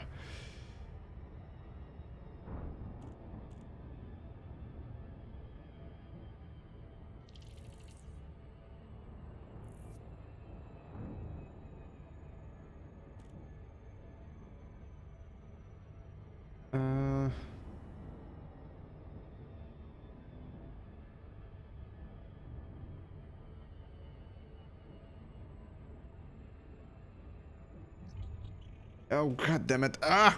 Fucking planet! Alright, here we go. Let's see. How can a game just don't have dedicated servers? Wouldn't people just hack the shit out of the peer-to-peer connection? Thing is, Elite's connection, if I remember correctly, was it's sort of not monitored, but it's managed partly, I think, by a server. So essentially, you go to a server, say, I'm in this instance, I'm in this place, you know, whom to connect to, and then you send the transmission back and forth between people. But yeah, basically a mediator, sort of a server, I think there is, but you know, a server itself doesn't host an instance, that doesn't, you know, negotiate the positions of anything like that. It just negotiates who is in the instance and who isn't. I think that was how Elite's peer-to-peer worked. So yeah, basically, it technically is peer-to-peer, but it's just sort of mediated in some way between people, or whom to connect or how to connect through a server or something like that. Again, I'm not much of a server person. It's my best guess from what I remember. So yeah, there are better, you know, developers themselves have actually talked about this, I think, but. Usually those streams are awfully dreary, not particularly interesting, but it's a factoid that, you know, it's worth knowing, and can't remember it. Sorry. But something like that.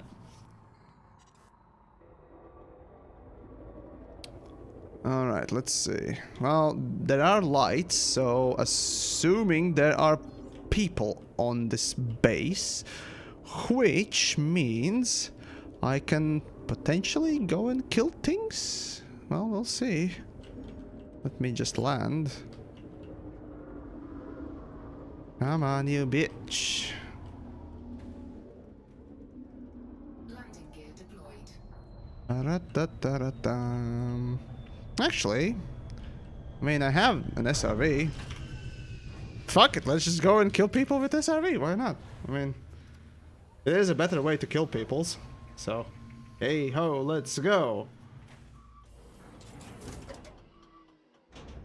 Let's see. How can you have a whole galaxy in the dedicated server and still play peer-to-peer?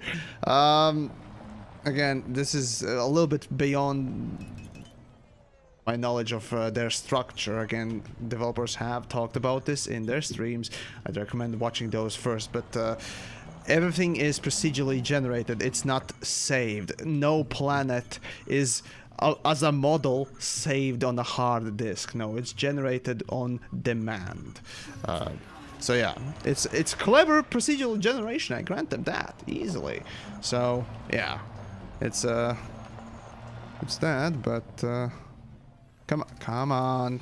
All right, here we go. All right, so. Let's see. Worker. Okay, well, I assume these are not renegades or anything, so let's go and kill some folks then. Now, if only I could find them. There we go. Yep, there we go.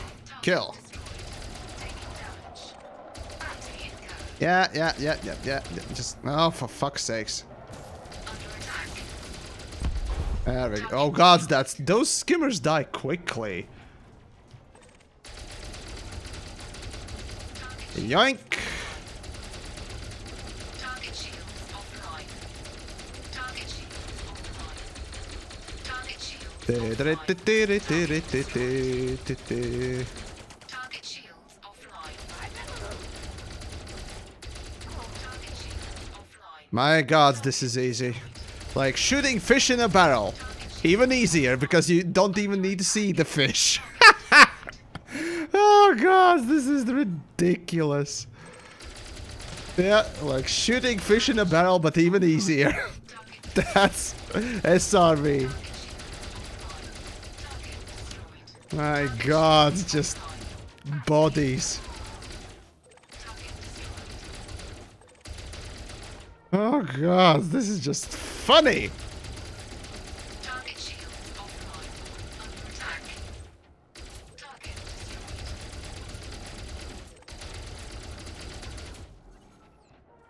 Do. Let's see. Are there any ships bringing in troops? No, not yet. Okay. Give it a moment. Target shields Dead. target destroyed. Dead. Offline. All right. Destroyed. Corpses, ladies. Corpses.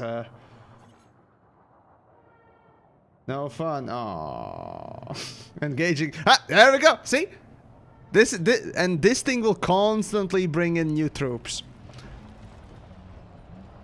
It will just constantly bring in new troops. Shields offline. Ah, these turrets are bitch. No, just move. Chassis integrity critical. Yeah, I should. Oh right, I can drive over these assholes as well. You know that works. Okay, my integrity is a bit low. Alright, give me a moment. Ship. No. There we go. There we go. And repairs. Easy peasy.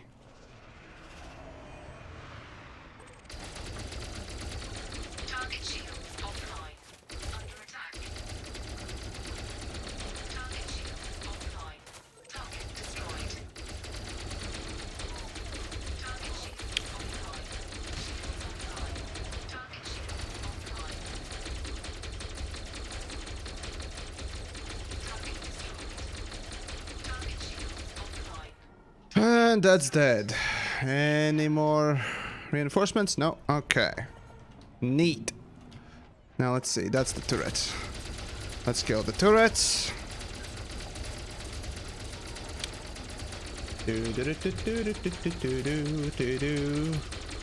Murder! Boy, do I love it. Come on. And dead. Alright, that's dead. Next. Just to make sure, you know. It's, this is not personal narrative. This is, balance. Yeah. There we go. New batch of, meat puppets. There we go. Meat puppets. Let's go say hi to meat puppets. Meat puppets, meet my guns. Hello.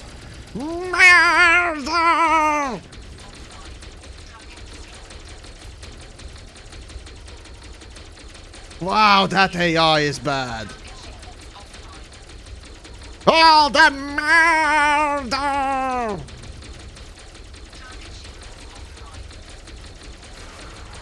Oh no, my shields! What will I ever do? I guess I'm gonna kill all of them. Done. Let me just teabag the corpses a little bit. Hold on. Yeah, there we go. Teabag the corpse. This is just sad. Alright. Let's see. Oh, yes, right. I was killing that little turret there. Oh, there are some assholes inside as well. Because I can scan them from outside. Yep. That is totally intended, right? I honestly don't know. That certainly won't be unfair at all. Man, maybe I should have just simply used my SRV in that combat zone. Actually, I probably should try it. Yeah, well, fuck it, why not? Oh, here we go. New recruits. Come on, let's go. Let's go. I'll get shot by the turret, but who cares? Hey there, meat puppets.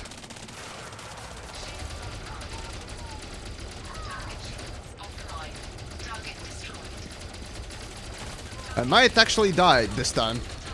I allow them to shoot me a bit much.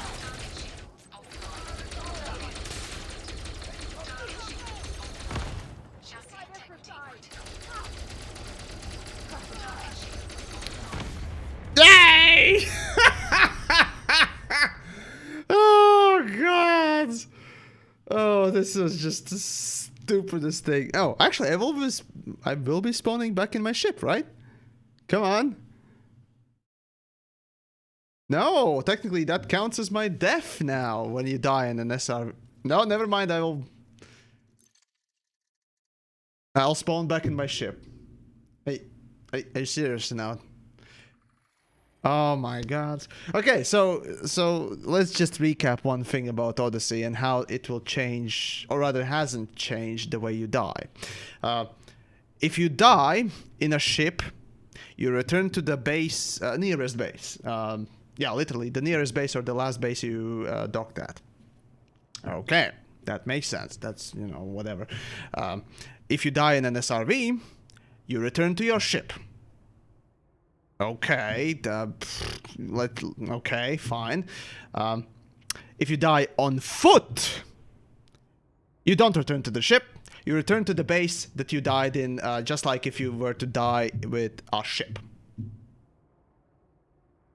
So, in case somebody's hunting you down and shooting at you and about to kill you, jump in an SRV.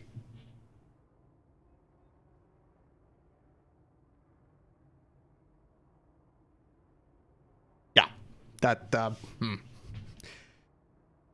Well, alright then. That's quality right there. Anyways, right, so I need to... Yeah, actually, I'm gonna try and do the combat zone with an SRV then. I mean, I have done it before. It's ridiculous, but...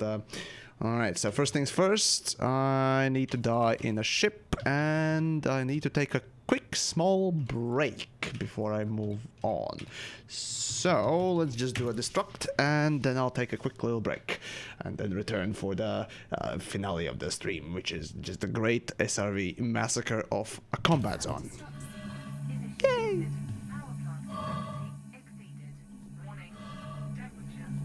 Perk martyrdom achieved. Oh yeah, probably the most hated perk in Call of Duty, I think. I think so. Yeah, last not last resort, but last chance was I think the second most hated one. Hey, it wasn't perk for cowards, okay? It was perk for people who wanted just an extra kill, okay? That's all it is. The last chance, now that one was, yeah. Right, there we go. Right, and I am off to a little break. I'll be back in just a bit.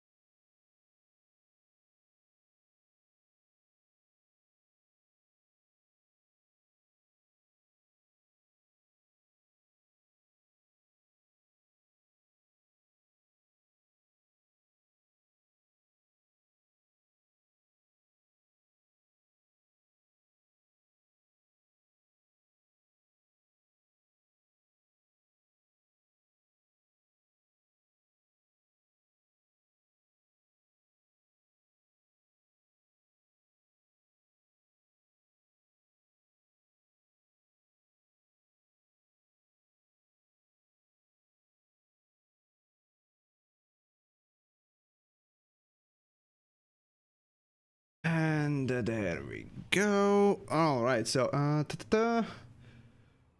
let's see. Oh, in Killzone 2 in multiplayer, I had a tendency to pull out a grenade and its pin when I was out of ammo.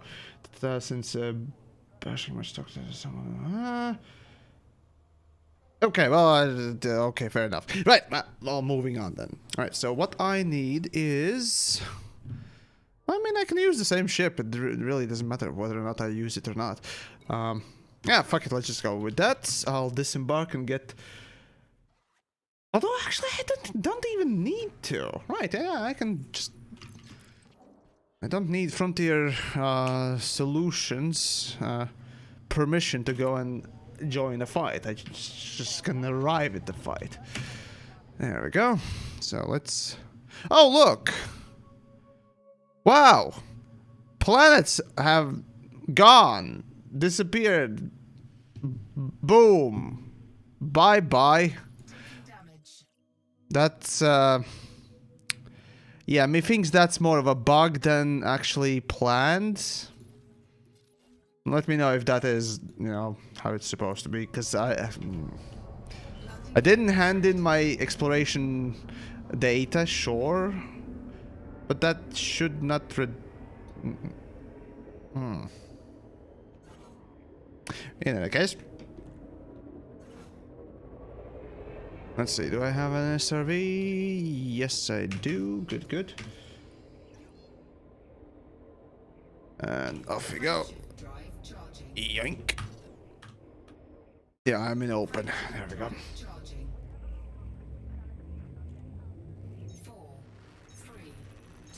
Fleet carriers are the new planets. Yeah. Alright.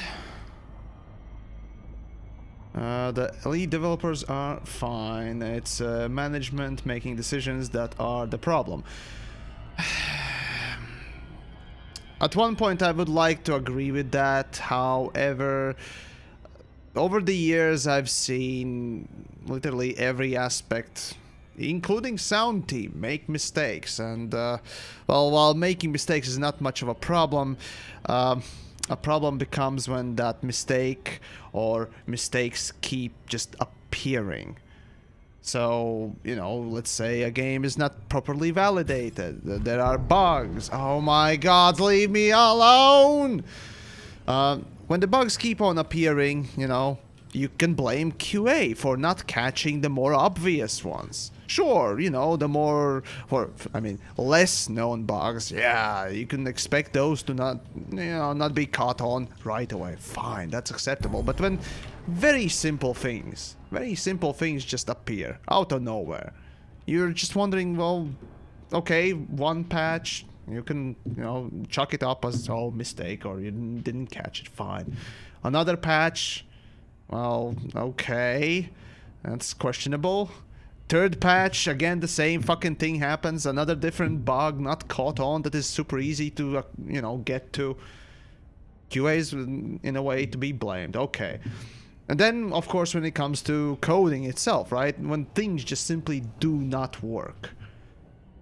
Again, multicrew is a good example, right? I mean, I don't want to use multicrew as that bashing stick, but it's far too easy to not use. Well, far too easy to just use. It's a great example of just coding not being up to par there, and a few other things as well.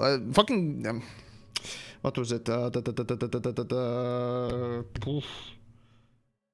Well, that's technically UI, but no, fuck it. UI as well, right? In a way, UI coding also doesn't work because I think it was fleet carrier menu wasn't really working properly until whichever patch was it, like third or fourth patch? I don't remember exactly. I know that squadrons still are broke. Fuck it, I'm just gonna show you. Squadrons, where are we? Come on, let's just show folks what the fuck is going on with squadrons. And this hasn't been fixed. In fact, this is a bug that has been introduced. Yeah. Yeah. Also, these are my scripts, by the way. See, there's Latvian video games. Yes. So that video is coming. But no. See, this is how easy it is. Right? That is UI. UI was a big problem in September update of 2019 that basically showed just, hey, we're going to introduce a new livery system, whatever, the arcs points, and that broke the whole fucking game, right? How can QA not catch that? How can this incompetent of a coding can just break a whole fucking game as well? The visuals, well, for visuals, it's kind of harder to say what is and is not a problem or what it tells, but you know, whatever. That's artistic choice. Sound is also in the similar sort of position, but it's not just management. The point is basically these little things are also sort of indicative of a problem in, you know, sort of a, well, higher and lower sort of, well, positions, if you will. So there you go. It's not just management that deserves to be bashed on for bad decisions, because they've made so many shit decisions that honestly I don't think even EA has made in their time. Well, technical decisions rather than monetary, but even monetary have been made. Management for Elite Dangerous, especially the people who are supposed to lead this ship, are incredibly disconnected from the community that they are supposedly developing stuff for or deciding stuff for. There were some old guard developers that actually knew what the fuck is going on and things that need to be changed. There were a few, but they quickly just sort of disappeared after the second, maybe third year of Horizon. Well, that is of Elite Dangerous releasing after the end of Horizons. Basically, most of them, if not all of them, just went away. It seems. Those that actually cared or wanted to, implement some actual changes and so on and so forth, they kind of went away. I mean, but even then, those same people never really gave a single fuck about this thing called balance. Engineering was a mess, and to this day remains a mess. Even when they started doing the redesign or, well, Engineering 2.0, when they introduced the Engineering 2.0 with different mechanics and so on and so forth, yeah, they improved it partially, but in order to do so, they also introduced extra fucking power creep. The shield boosters became even more powerful, and everything, in fact, became more powerful. Yes, that was the only way that people would have not risen up and, been upset for whatever reason, right? For losing power in their tools or what else. But that had to be done. For engineering, I mean, these overpowered things must be removed from our accounts, in my opinion. They must be rebalanced, and fuck, if you need some sort of a not restitution, but not reward, but payback for your time spent engineering or grinding in materials, well, guess what? Our accounts already document how much engineering roles we have done on what grade as well. In fact, I can show you that. So according to those things alone, you can, give free spin tokens or, basically free upgrade tokens or something like that. As a compensation, indeed. Thank you. Yes, compensation. So it's not like it cannot be done. Passenger encounters, no. Where is engineering? Goddammit. Crafting. There we go. See, grade 1, grade 2, grade 3, 4, 5, and 6. I mean 5, whatever. So this can be rewarded. It's not like, hey, yeah, whatever tools you have on you already, that's how much we're gonna reward you. No, they can actually, well, calculate these things. Reset engineering stuff. Yes, I am an advocate of a complete erasure of engineering and rebalancing. By that I mean I am all for sacrificing every single fucking thing that I have ever engineered, saying that fuck my spent time in it. I will not complain about just having those things removed from me, as long as you make sure that the new system is fair, balanced, and interesting to play with. I am willing to sacrifice all my time spent, easily. Hopefully everyone else is as well, but clearly no. Everyone, well, I know a specific subset of people who are, don't take my guns away, or don't take my engineered crap away. Oh yeah. But do you like the game that it has become? Do you like what engineering has done to basically Elite in general? Do you think that's fair? Do you think that's balanced? And the thing is, I've talked about this in my big engineering video already before. So, yeah, if you need basically regurgitated information there again, go watch that video. It's 40 minutes of just pure fun times. So it will explain everything about the engineer. So yeah. But yeah, back to the management and Elite Dangerous. The management in general, they're just disconnected when they have proven to be disconnected extremely from the community, what the community wants. And in fact, even the fact that everyone, well, not everyone, but so many people already have expressed a massive interest in ship interiors. It's not just anecdotal variant of, hey, yeah, I'd like ship interiors. No. At this point, it has become more than just an anecdotal evidence. And yes, it's an ad populum argument regardless, right? But ship interiors is just such a fundamental experience, as well as potential gameplay portion, that ignoring it is just dumb. Pure and simple dumb. And we can witness, in fact, we witnessed that when I first sniffed out that, hey, yeah, they're not bringing ship interiors, and rightfully reported on it. And then, of course, they admitted it. Of course, it was thanks to, what was it, PC Games article. Yes, it was PC Games article that, you know, mentioned that there wouldn't be ship interiors. And, you know, after I risen concerns in a video, you know, developers admitted it. But there you go, you know. But it's just, how could you not think that ship interiors is important? That's one of the things, even if you just don't think that the Elite needs it in your gameplay. That's the thing. As a maker of a game, you have to realize that it's not just your gameplay or your game. But yeah, no, it's just an example of how could you miss this wrong? Because again, fleet carriers back in the day extremely well showcased that the people who are deciding on, hey, how much grind do we want to put into this, or what purpose do we want to put on something. The fleet carriers was a good example. The prices were absurd. The fucking upkeep was absurd, and still is, as a matter of fact. The fact that upkeep is a thing for fleet carriers is a fucking stupid thing that should not exist in general. But again, I plenty ranted about that too. It just showcased that they don't really know what they're doing, or that they don't think putting massive amounts of grind on their own game is a bad idea. So yeah, it's more than just, yeah, a bad decision. It's a complete disconnect.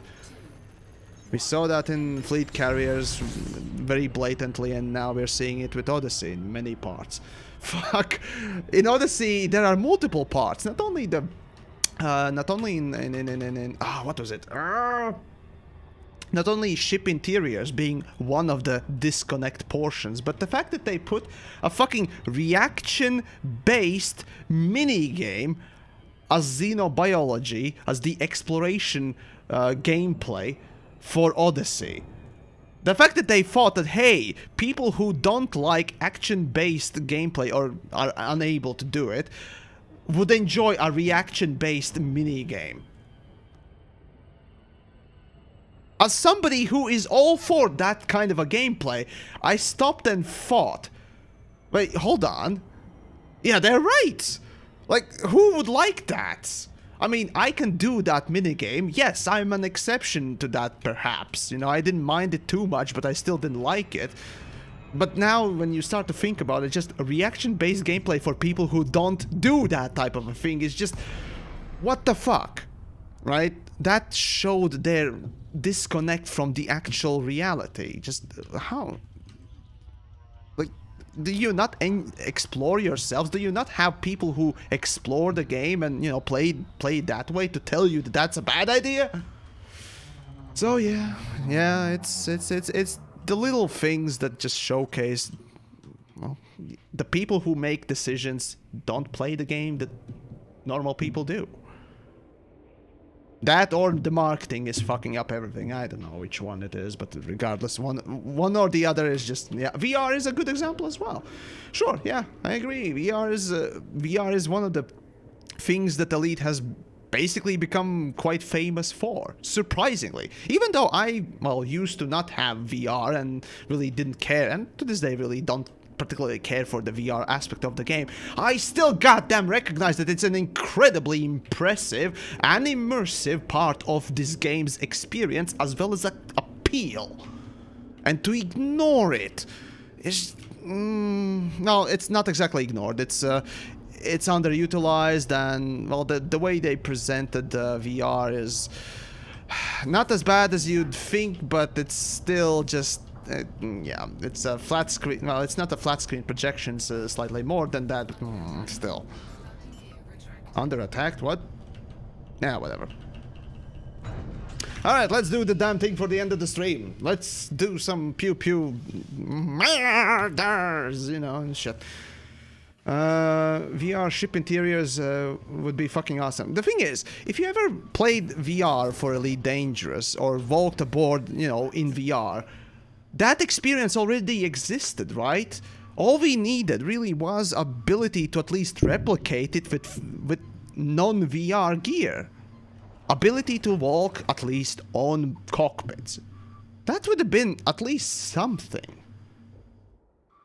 But not even that much was placed. It's just... why? Not even animation of a chair turning around or a chair doing something as you're getting out of it to, you know, fade out. Not even that much. It's just fade to black, done. And the funny thing is, SRV has more animation going into ship and out of it than Space Legs do. And Space Legs is supposed to, or rather, first person, rather than a vehicle-based gameplay. First person... gameplay is always supposed to be far more detailed, well, and immersive than anything else, except for, of course, VR, which is even more immersive and more detailed, or supposed to have more of that. It's just missing. Time to put those weapons of yours to use. Secure Missing just so many points. The leadership basically can be blamed for decision making on, you know, not including this, not including that, and deciding on, you know, bad ideas, basically. There's just no other way to explain it.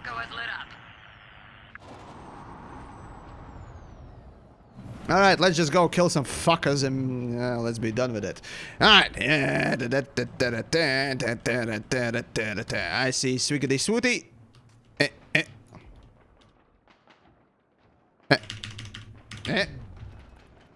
Sakes, are you kidding me? Enemy command is called in backup. Oh my god, the fucking buttons haven't been mapped again.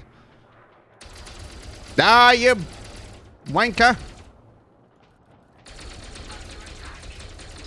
Well, these things can take a little bit more damage, that's true.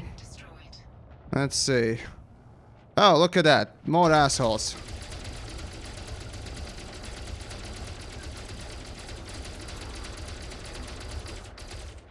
Alright, probably should drive around. There we go. Enemy forces inbound. Man, remember the point releases of Horizons? Name one thing they changed after community cried about half-baked crap they put in that. That's a good point. Keep it up. The enemy can't handle us There right really now. wasn't much that they Delta's now changed online. afterwards. Engineering was changed because it was extremely broken. It broke the game in gameplay-wise as well as technical side.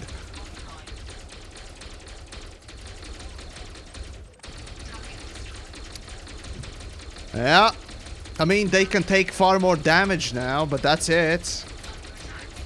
Reinforcements have arrived. Enemy forces inbound. Dead. Let's see now.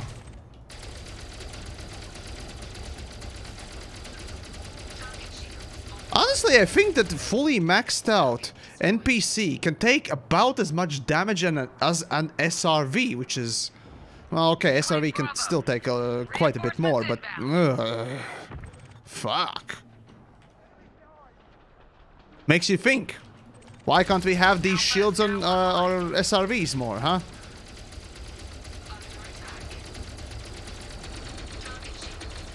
Enemy support has arrived. Let's see, where is it? Oh, there. Okay. Do-do-do-do-do-do-do-do-do. Delta has been captured. Charlie was secured. Yep, up. Jesus Christ, there's a little damage coming out of this fucking turret. Echo has lit up. Hit him with an SRV. Yeah, sure, yeah, why not? Let's try. Reinforcements Choo have choo, motherfucker. Bleh. Command is called in Dead. backup. Actually, yeah, you're right. It is easier to kill them like this. Although technically, I Being exchanged at Alpha. need a little bit more hull. Yeah, so yeah, that's kind of. Alright, let's see. Where is a swiggity swooty target? And Delta has been captured. Choco Echo for us. You've got the advantage. Keep going. Reinforcements are ready to deploy. there we go. Let's see. Enemy has taken Alpha. Inside. Charlie has Ah, come damn it. online. Enemy forces inbound. Just get out. There we go. Delta is now online. That's a friendly. Come on. Yeah.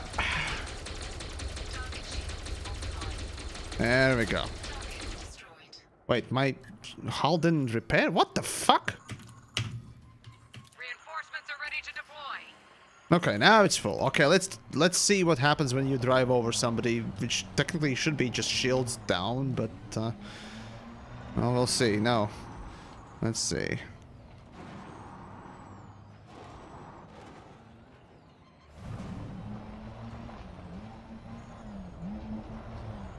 Let's see.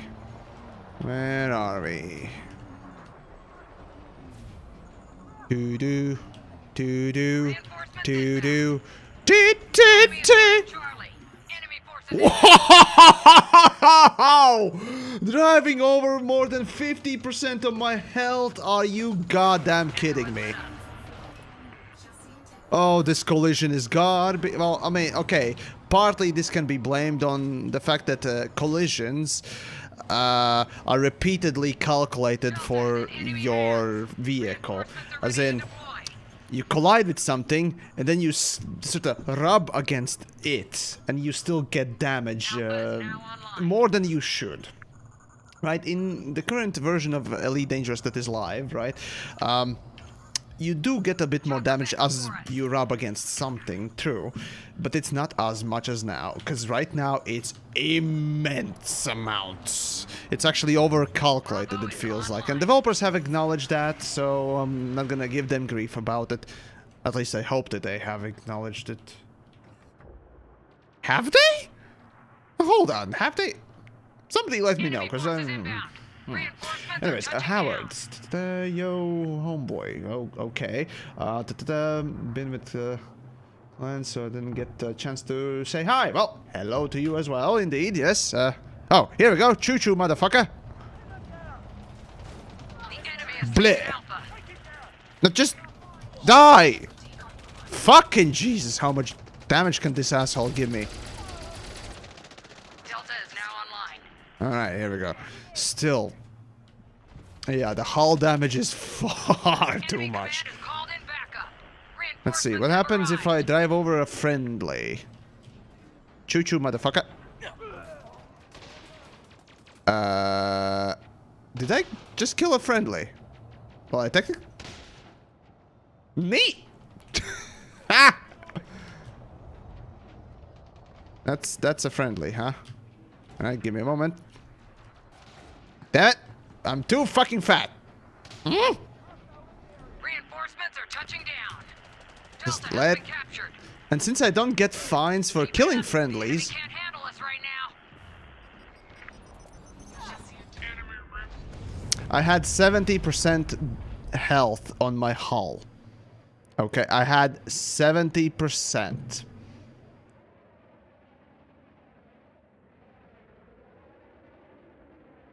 Mm-hmm. That sure seems fair.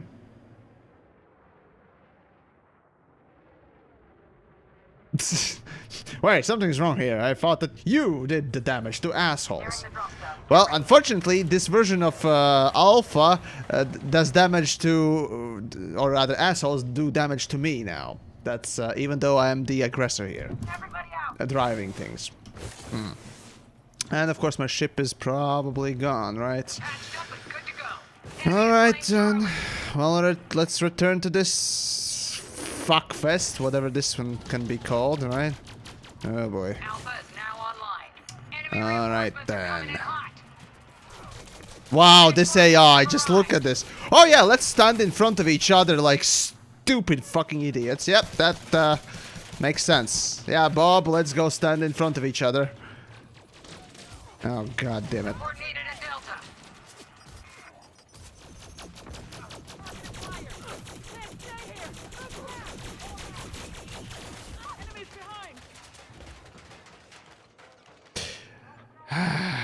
Alright, carrying on, carrying on.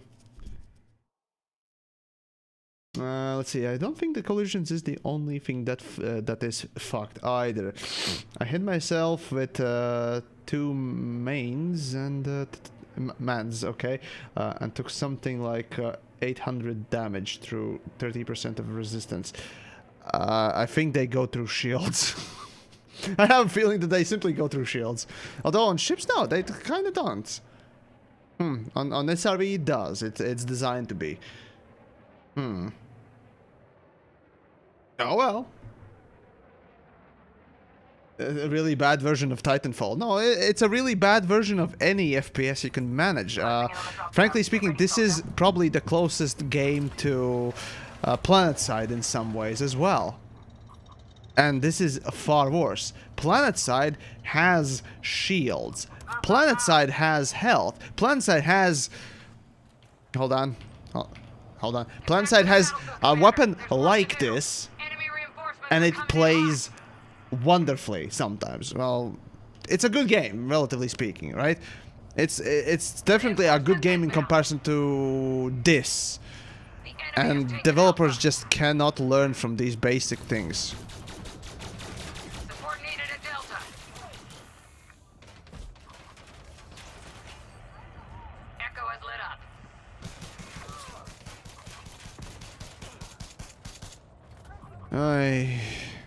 A headshot only deals a fraction of a damage, which is just okay. Sure. Yeah, isn't Elite Dangerous a space sandbox and not an FPS? Lucy, well, that's a good question. What is Elite Dangerous? Is the bottom line we gotta come to it. So, is Elite Dangerous a game with tactical FPS aspects, or would that warrant such a type of gameplay? Or is Elite Dangerous an experience? Or is Elite Dangerous a grind game? If anything else, Elite would probably be more considered as a grind than a game in general. Delta has been captured. However, in my mind, Elite Dangerous is an experience. To this day, Elite Dangerous has retained one thing quite well, Echo has lit up. and that is experience, immersion. You know, that ability to just immerse yourself at the moment, at one point, and just experience it as if you're there. That is one of the strongest suits about Elite Dangerous that should have been always, well, maybe not always taken, you know, as the primary idea, but Firefight in progress at Echo. now it has proven that, yeah, wait a minute, Elite Dangerous is an incredible, you know, immersive title. And if developers had played upon those Reinforcements are strengths, touching down. introduced more things that would, you know, maybe not be the most gameplay worthy things, but would at least be very experiential sort of a thing, you know, ship interiors, right? then it would probably feel more like Elite Dangerous. But this is neither here or there. I talked about this in a past stream, right? What is this for? This is not. This FPS is so bad. It's definitely not for people. Not for people who like FPS games in general, right? It really is not, because I am a fan of FPS games, and I can see people immediately just playing it and feeling, well, these guns are boring. It's a bullet sponge, and there's no progression. There's nothing. There's really nothing. Visuals even are boring. The sound is boring. What is this? That's at least how me, without knowledge of what Elite is, would say. Literally. So yeah, for an FPS outsider, this is not. For people who have played Elite Dangerous, would this be a great addition? You tell me, because if you are playing Elite Dangerous, is this something that adds to your experience to Elite Dangerous? Well, you tell me. Because for me, there are no new tools that help me navigate the universe. There are no new abilities that allow me to change my view onto things.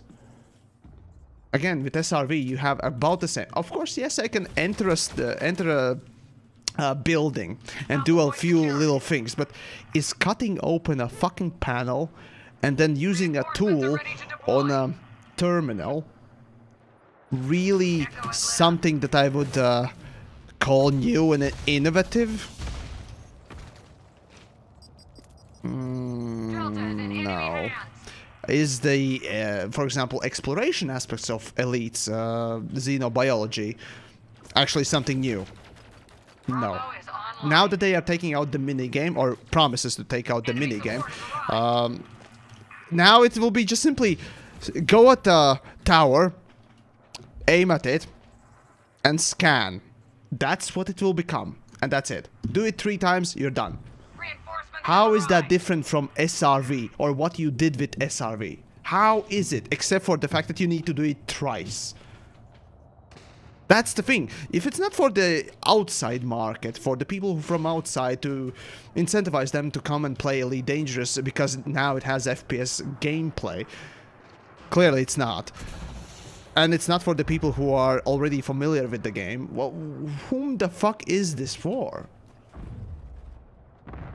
And I struggle with this question. I can find a few nuggets of information that I could, yeah, say, maybe this is for you.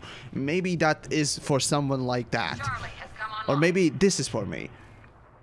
But I struggle with it. And when I struggle with these things, when it's not very clear to see, then what do you think a casual person who's really not looking to critically evaluate a product is going to say?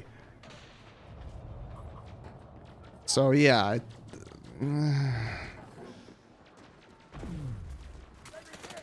yeah, I honestly, I have no answer. Maybe I'll try and investigate a bit more, and I do try to see the best points about it. But what is the selling point? What is the true selling point here? If it's really to look at procedurally generated maps, honestly, how long can you look at procedurally generated maps for? The same problem with Elite Dangerous was back in the day, right? With SRV, what is the selling point with SRV? With Horizons? Well, with Horizons, the selling point was, yeah, you can go on the planets and see them from a new perspective, completely new perspective. Yeah, and then there was engineering, which added upgradability to the ships that you used from the base game. So there was something for the new guys, for everyone, as a matter of fact. There was something also for those that are returning, you know, seeing their new ships with new upgrades and such things. Despite, yeah, it being extremely broken and breaking the game's balance, yes, agreed, but still, there was something there. And of course, yeah, Multicrew added that co-play, if you will, or attempted to do the co-op type of a gameplay. It failed miserably, but it was there. It was an attempt for it. And story completely flopped, but fuck it, whatever. There was honest attempt, at least it seemed like there was an honest attempt But now I mean, there is also a certain attempt to showcase things with a bit more detail, you know, to have that more intimate feeling. But that intimate feeling is already immediately ruined by the fact that there's not enough interaction for that intimate feeling. Yes, you can walk up to... Here, there we go. We got a panel, right? We can cut this panel open. And what that panel will do? Well, it will vent atmosphere from this building. What does venting atmosphere from that building will do? Maybe bring out NPCs which are now half angry and searching for somebody to shoot. Okay. So what? You're okay, so that's a way to lure them out, but is that it? Is that all that I can interact with? Was that worth the money that, you know, somebody spent? That's a good question. So yeah, there are good things. I like the idea that, yeah, you cut open the panel and, you know, it vents the atmosphere, but unfortunately NPCs immediately get aggroed or half aggroed. They're alerted. And when they're alerted, the shields go up. And when the shields go up, they are super harder to kill if you're going for assassination. And this is basically just for assassination missions only. It really is. That or...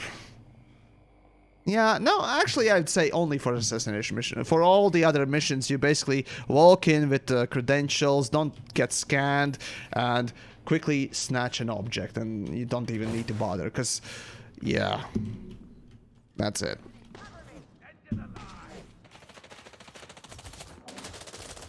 So there you go. That is... Wow, okay. Plasma weapons are extremely precise, while on the other hand, kinetic weapons are questionable. Let's just say so. But there you go, yeah. Fuck. I don't know. Yeah, that's Odyssey in general. Now, this is alpha, of course, yeah, or quote-unquote alpha, right? And sure, there are aspects of this fucking thing that we haven't yet seen. That is true. But the aspects that we haven't seen is definitely story. Some of the tools, not tools, but weapons, because all the tools we have seen already, because there won't be any other extra spacesuits, thus no other tools. Because the tools are synonymous to a spacesuit anyways. And engineering. So, story, which is actually something interesting that I would like to see. You know, that might be the only selling point. Weapons, I can take or leave because the combat is fucking shitfest. And grind. Something pretty to look at. Some menial stuff. And grind. These three things we can clearly see that we haven't yet seen. And that might be... What? The selling point? The grind? Really? Do you think that the grind is gonna sell the fucking thing? I don't know. I really don't know.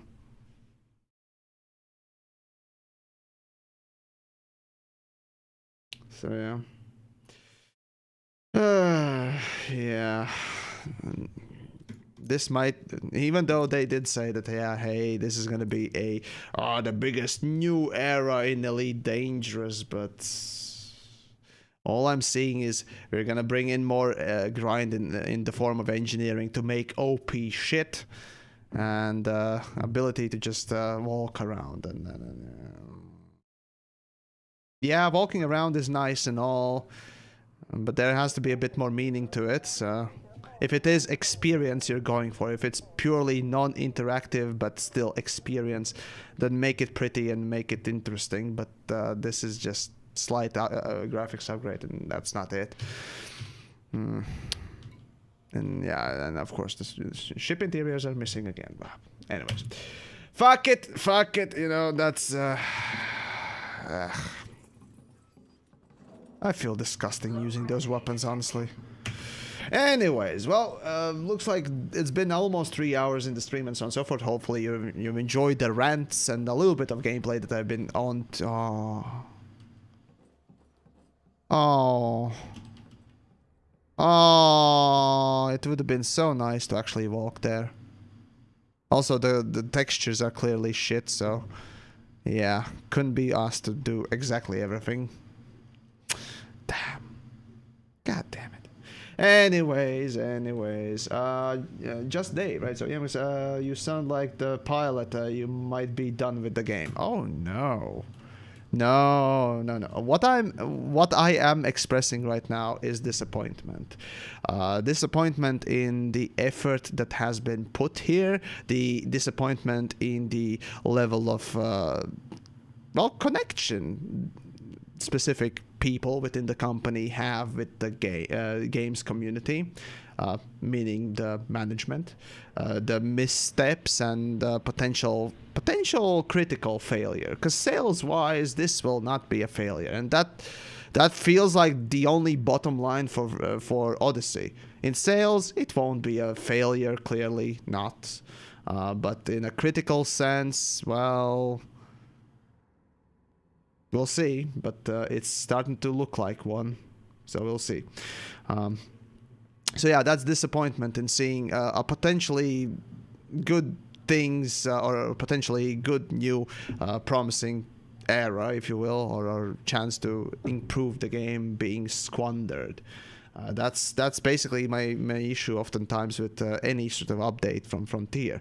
Instead of, hey, balancing the game, you decided to put out fucking fleet carriers. Instead of balancing and improving the game with quality of life, you put out squadrons. Instead of doing anything of a fucking noteworthy and game improving manner, you decided to put in fucking cosmetics. And sure, yeah, again, quality of life and quality of life balance and so on and so forth, those are just an example. Of course, there are other ways to improve the game, right? But fuck. Yeah. Oh well. No, we'll see. Overall, again, we'll see, but the things I'm seeing in Alpha, it's just, no. This doesn't seem quite right. Oh well. No, just everyone judges, of course, these DLCs and expansions differently, and then sure, interiors are nice, and of course the level of detail and textures and lighting as well has been appreciated quite a bit. Indeed, these things will make videos look quite a bit better, and of course that's really nice for me. But for folks who actually, you know, would normally like to play the game, it's how much. Question is, how long can you look at the same textures, right? Bit more substance is required. Anyways, yeah. So yeah, if you enjoyed the rants and nonsense I've been up to and so on and so forth, so feel free to follow on the Twitch, subscribe on YouTube, and all that stuff. It's greatly appreciated, and also keeps you up to date. Also join the Discord if you want to. But yeah, I'll be probably back. I don't know. I'll probably stream tomorrow since got plenty of things to do, but in big chunks, so I can take a break and stream for 3 hours or so. Now more occasionally, because I'm working on Hypercritical Review Part 2, so that's probably going to be coming hopefully soon. We'll see. But I promise I'll release the fucking thing, or make it before Odyssey launches, so expect that much. But again, I have 2 weeks and 2 days, so easy enough to do. Anyways, yeah, that's about it for this evening's stream. So as always, yeah, for support, if you want to just join the dead horse beating aficionados, check out the Patreon and all that stuff. Again, Discords and all that stuff. And yeah, bid you adieu for this evening. And yeah, take care of yourselves, and do them safe distance things and whatnot else. That's about it for this evening. Take care. I'll see you then next time.